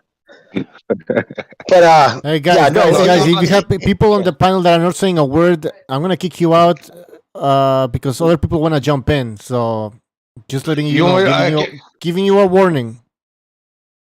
Okay. Should I open up the space for somebody else to get in? No. You're talking. People who are not speaking, saying a single word, and they're just taking up space here. All right, go ahead. Hey. Yes. Who's the black fighter that's made more money for the PBC? Caleb Plant. Yeah, he's fighting tomorrow. Caleb Plant. Caleb Plant's doing pretty good for himself. He ain't struggling like Charlo. He did good for him. He took the fight. Hey, he lost, but he's sitting comfortable right now. Hey, this is a little bit off topic, but did you guys see the weigh-in with Haney and Kambosos just now? No. Do you see how dry? Let's be honest. I'm not even gonna watch the fight. That's just my personal fucking preference. I understand we don't want to watch the fight, but you see how dry and drained Devin Haney looks like. There's no way this guy's staying at 135. I agree with you. I've not seen it, but I said earlier, if you remember, I said that he's not going to stay at 135 if he wins. Devin Haney looks much bigger than Kambosos. Go watch the first fight again. He looked much bigger. I was like, damn, he looks like a welterweight, man, compared to Kambosos. And who's going to hold the fucking... So is his father going to be held to fucking count for this stupid-ass shit? So imagine them saying all that horrible shit, talking about his fucking ethnic pride, his country, like making jokes about all that shit, like calling him white Jesus, all that bullshit. Now he's not going to fucking fight him. I'll never lose to a white boy. I'll never lose. Yeah, see, that's man, because that goes through his head. Personally, I didn't like how Devin Haney's dad was talking about how Lomachenko wasn't even doing military service, that it was just an act, and what war? Well, he wasn't doing active military service, obviously.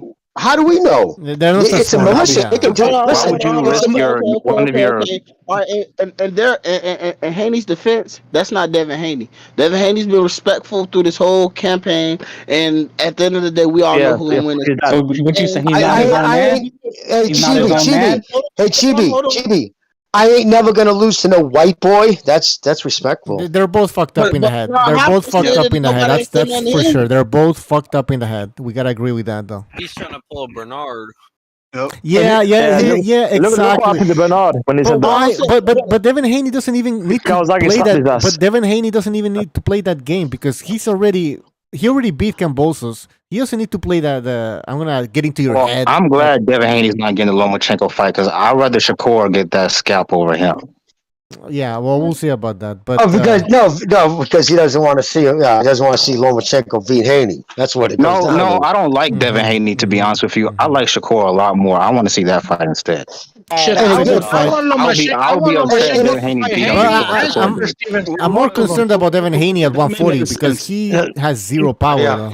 I mean, and Shakur ain't gonna go anywhere near Lomachenko until he's good and old enough. No, he's going to fight him immediately. You're underestimating Shakur, Jimmy. Well, we don't know. Not underestimating Shakur, dude, at all. Don't have nothing to keep. If anything, I overestimate Shakur. Lomachenko. And by the way, Jimmy, don't be surprised if Shakur washes Lomachenko. You're out of your mind. You're out of your mind. You're out of your mind. Oh yeah, you're low blow. You're out of your Lomachenko, he's top 3 most skilled fighter on the planet. But if there's anybody that can wash him, it's Shakur Stevenson. Think about. Well, guys, think about this one thing, right? Think about this one thing. It's kind of crazy, right? Fucking Shakur's favorite fighter is Bam Rodriguez, right? Bam Rodriguez studies Lomachenko film to fight like him. You know who his other favorite fighter is?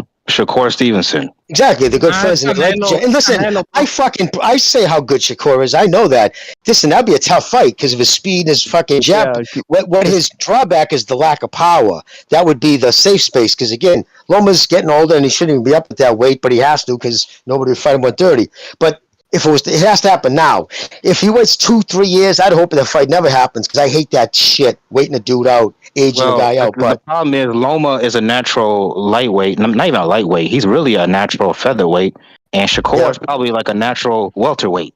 So that's where you have the issue. Eventually, I believe eventually he'll end up probably at 147. He'll probably finish his career off as a welterweight. I wouldn't doubt that. So we both know when you have 2 highly skilled fighters, the bigger guy usually has the edge. At the end of the day, it's going to be with a fight like Loma versus Shakur. That will be a hell of a chess match. I would love to. But it's not a wash. Like you can't say it's not. He's not going to wash him like how Rebrid's saying. I know. I was exaggerating. I just wanted to get on Jimmy's nerves. This is the thing. That wouldn't be a fight. That would only be a fight like a Lomachenko versus Shakur Stevenson fight will only be a fight for real boxing fans. Like other people wouldn't want to watch that. No, not necessarily. Yeah, because nobody cares about Shakur Stevenson. You're right. I think Loma for the most part. Yes, we do. I think Loma for the most part he's an aggressive fighter, and I think Shakur will also fight on the inside. Okay, he got a little dirty, but he comes forward as well in spots. And you got to give him credit. You got to give him credit, Gonzalo. Remember we talked about it. This fight, he said after that Boo Fest, he said he was going to become more aggressive. In the first round, he put his weight over his front foot and really fucking threw a fucking big punch. I've never seen him do that. So he's clearly trying to engage more. And if he's going to do that, he's trying. I'm not going to dog the kid if he starts doing that other shit. Fucking not trying to engage, then I'll get on him. But if he's going to fight like he just fought against Kansenko, I don't want to butcher the kid's name. I got no beef with the way he fought that kid at all, other than the punching him in the ball sack. But guys, how many left to the liver? Yeah, how many guys do we know? How many guys do we know are comfortable in boxing, fighting backwards and going forward just as comfortable? Usyk. Okay, Usyk. Devin Haney. That's about it. Yeah, Lomachenko too. Lomachenko, Crawford. I don't really see Loma that much. Loma's doesn't move in a straight line. So I don't know where that's going to fit. I've never seen Loma on the back foot. But when you're pivoting in circles around, out and away, you're pretty much going backwards too. You're just not going in a straight line. You're not coming in like Pacquiao. You're not coming in. You're going out. You're stepping out. Well, look, even wait. Even Pacquiao used to give angles. He had to learn that. He was coming in, and Lomachenko was stepping out and around. But if you watch some, like he can adjust. Pacquiao, he would leap in. You know, Loma doesn't. Well, he actually does had an underrated defense. When he got caught by Linares, is because he got. Loma would want to leap in. Well, no, he leaps in because he's so used to bouncing in and out. He bounces in and out in an angle. But Lomachenko does the same thing, but he's going out. Well, one thing I gotta say is impressive about Lomachenko. One thing that is impressive about Lomachenko is Lomachenko has like one of the lowest hit rates, even though he's a pressure fighter. That's impressive to me. The worst thing that Shakur does, and I've heard it mentioned before, is he pulls straight back. He's not an angle guy. He doesn't move in and out. He pulls straight back. He's just so much bigger.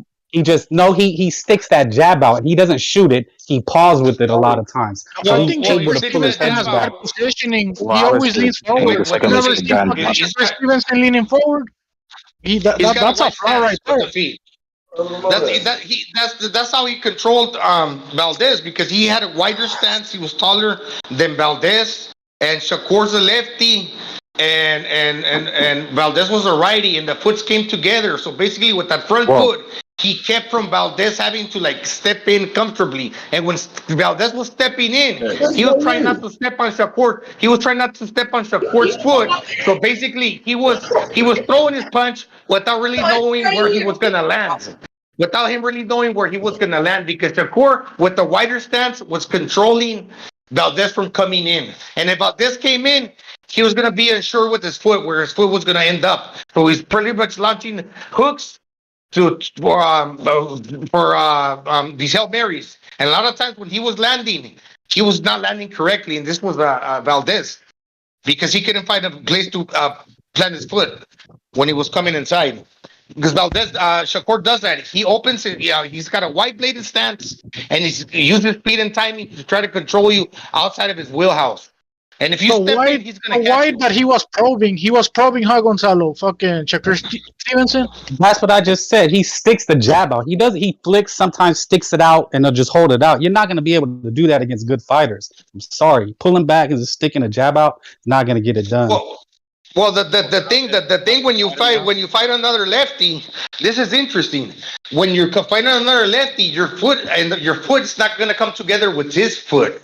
Your feet are going to be staggered. So now you could step in and have somewhere to put your foot as you're coming in. Now, granted, Shakur's longer. He's taller than Lomachenko. But at least, what's it called? Shakur's not going to be able to block necessarily Lomachenko when Lomachenko's coming in from him having a... Shakur doesn't slip. He doesn't slip. He doesn't... Guys, I got a question. How many other cycles has Shakur fought? Southpaw Shakur, I don't know. I mean, his career's just starting, man. Maybe that's another factor. Because one thing I say, like, I'm a southpaw and I hated fighting other southpaws. It's the worst thing I ever felt. At any level, sparring amateurs. It was that's the one kind of fight I hated fighting, was another southpaw, because you're just not used to it. It's just not my regular growing up. Going to any gym, it was just never the case. And I always feel we got to see how he handles when you have southpaw experience. His biggest advantage has been his height and his weight. That's been his biggest advantage. So we have to see how he does at the higher weights. I agree. To me, he's a weight. Just like Haney, their biggest advantage just has been their size. That's the biggest advantage. I mean, okay, they have skills. I gave it to them, but their biggest advantage has been their size. You can't deny it. Look at how drained Haney is. He's killing himself. Just like Benavidez, their biggest advantage is the size.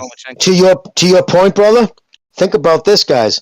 Why would his people have kept him hanging around 130 so long if what you're saying isn't true? Because they knew it was an advantage of them to fight smaller guys, smaller frame guys. Shakur, he's still got a great jab, all that other stuff, but as he goes up in weight, if his power doesn't increase, it's going to get tougher and tougher for him to fight bigger guys, because it's going to be harder for him to keep them off him. So, the thing is, we'll see. Valdez said that he actually had good power. He didn't have to say that. He did hurt. But Valdez is a 126 guy. Like, he's not.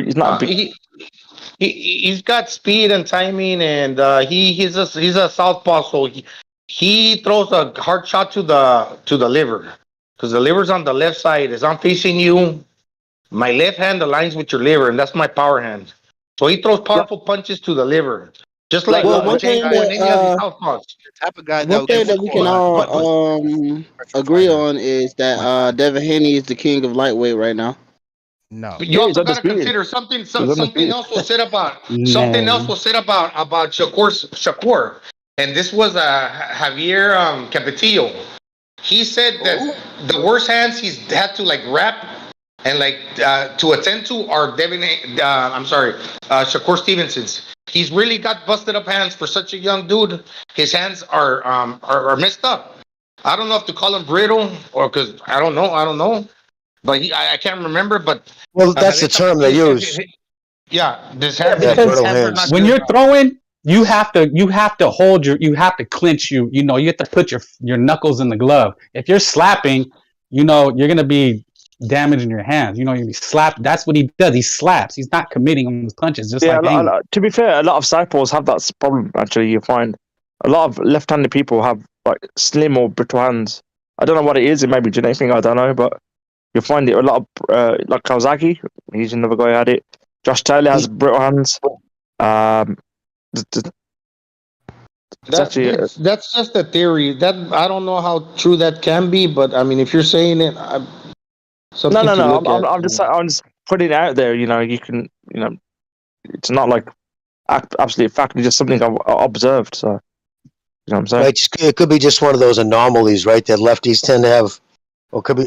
Well, they say the punches come from the south. That's where they get the southpaw from. They come the south angle. But yeah, no. If I was him, man, maybe take some time off and get that fucking surgery. Have him scrape a piece of bone off his shins and infuse it over the back of his hands to help him from. But he could also be getting like just joint problems. I hope that because then that becomes a problem if his knuckles are all swollen and sore. And where I was going with that is basically, you're gonna have fights where Shakur's gonna end up hurting his hands. Then he's not gonna use his hand. He's not gonna punch with conviction. Then later there's gonna be excuses. Oh, well, he didn't do that good because he got his hand hurt. Wait for it. I'm telling you, wait for it. But those excuses are coming up, Gonzalo. I could already. Yeah. I see him coming already from a mile away. But if your hands are fucked, that's that. Well, no, but that's an inherent problem that you were born with, or that you shouldn't blame other fighters if that happens to you. That's your. Well, it's ironic that it's the slappers that have the bad hands and the power punchers that don't. Like anyway, these guys they come to back, they don't break their hands. It's like having paper skin. That's not. If the fight gets stopped on cuts, you think they're gonna blame the other fighter if he landed a clean punch? No, that's your bad. You have paper skin. You're fucked. That's what I'm saying. Basically, if you're Shakur, if you have bad hands, that's a demerit on you. That's a minus on you. If he got good qualities, that's a bad quality. One thing I'll say. Natural punchers, they have elbow, forearm, and bicep injuries. Actually, right.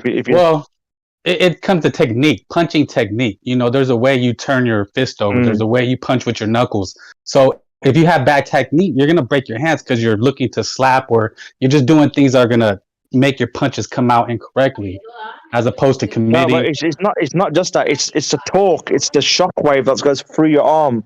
Because punching power is not just the hand. It's your. That's why I said proper technique. Well, that's what I mean. I'd say I'd lean more towards how the hand lands because, for instance, look at Joyce. He's got this weird like Taekwondo punch mixed with like boxing. Well, but he's an anomaly because he has like five times like bone density of like regular humans, so that's why he breaks people down. In other combat sports, he won't be considered an anomaly. That's what I'm trying to get at. No, but of course, but in the heavyweight division right now, he's like the anomaly. So, but I mean, bad hands could just be bad hands. You just have a problem. There's just certain things that that are always going to handicap us. No, of course, yeah. But that affects you in the ring, right? You need great hands. That affects you in the ring. It takes away from your ability to punch hard. Well, no, I'm saying as opposed when you start to fight, somebody should teach you how to punch. There's turning your hands over.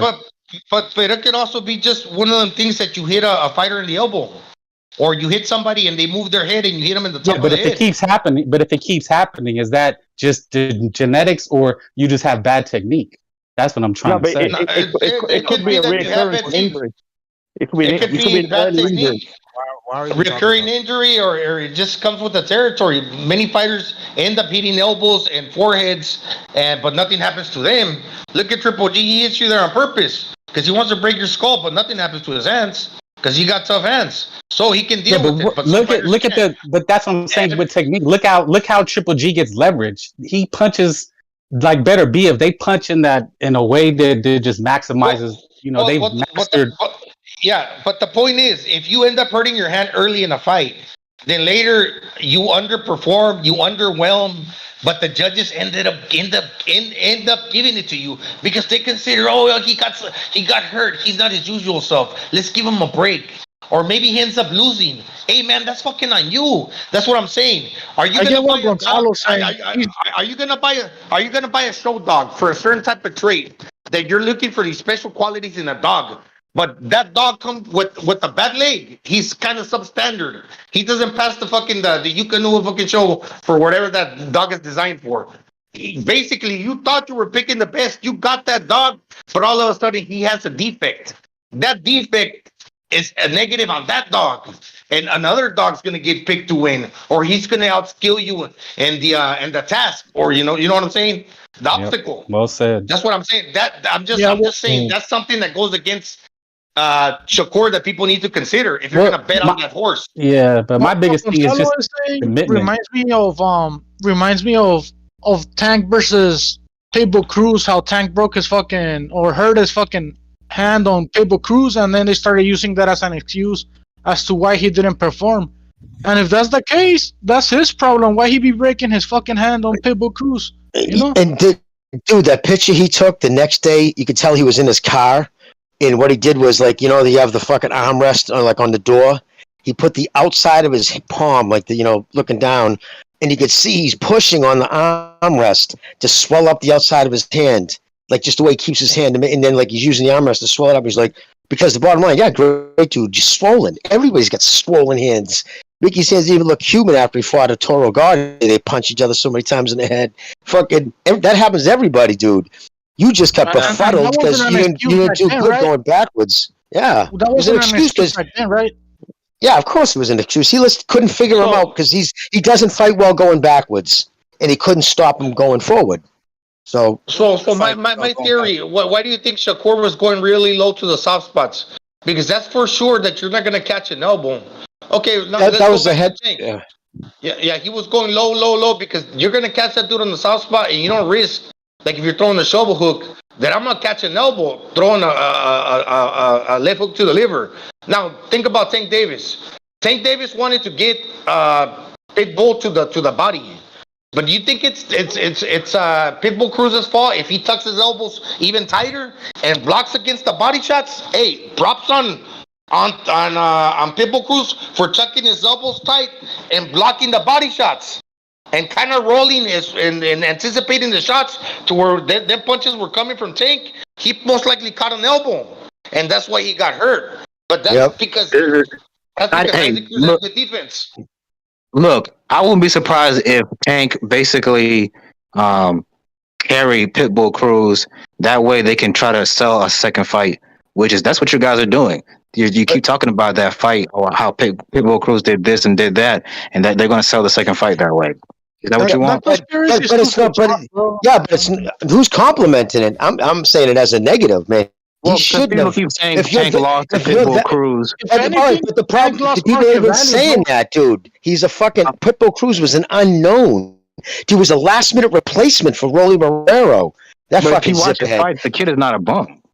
You're going. But it doesn't matter. He was a fucking unknown with that shit. I'm telling you right now.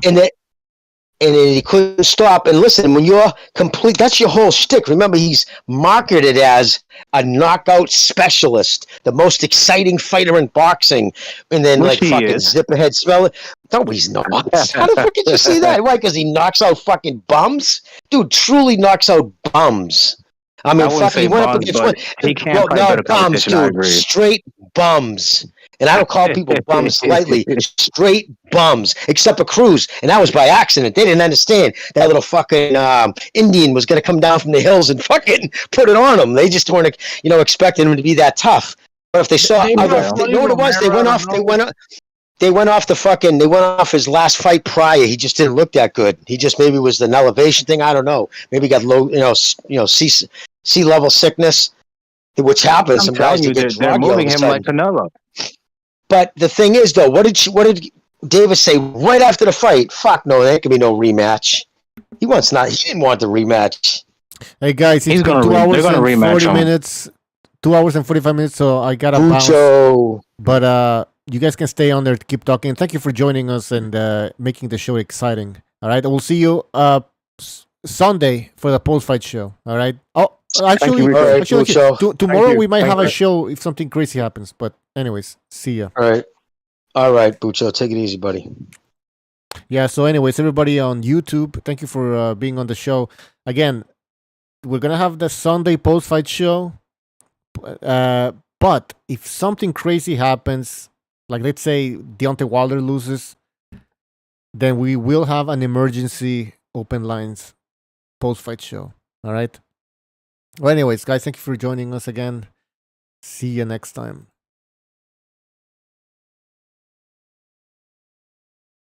Warning. You are entering Open Lines Friday. For today, anything goes. Thank you for your cooperation.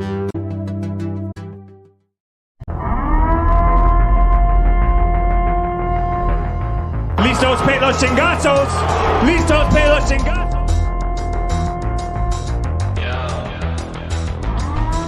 I'm gonna bring the whole fucking diseased, corrupt temple down on your head. It's gotta be biblical.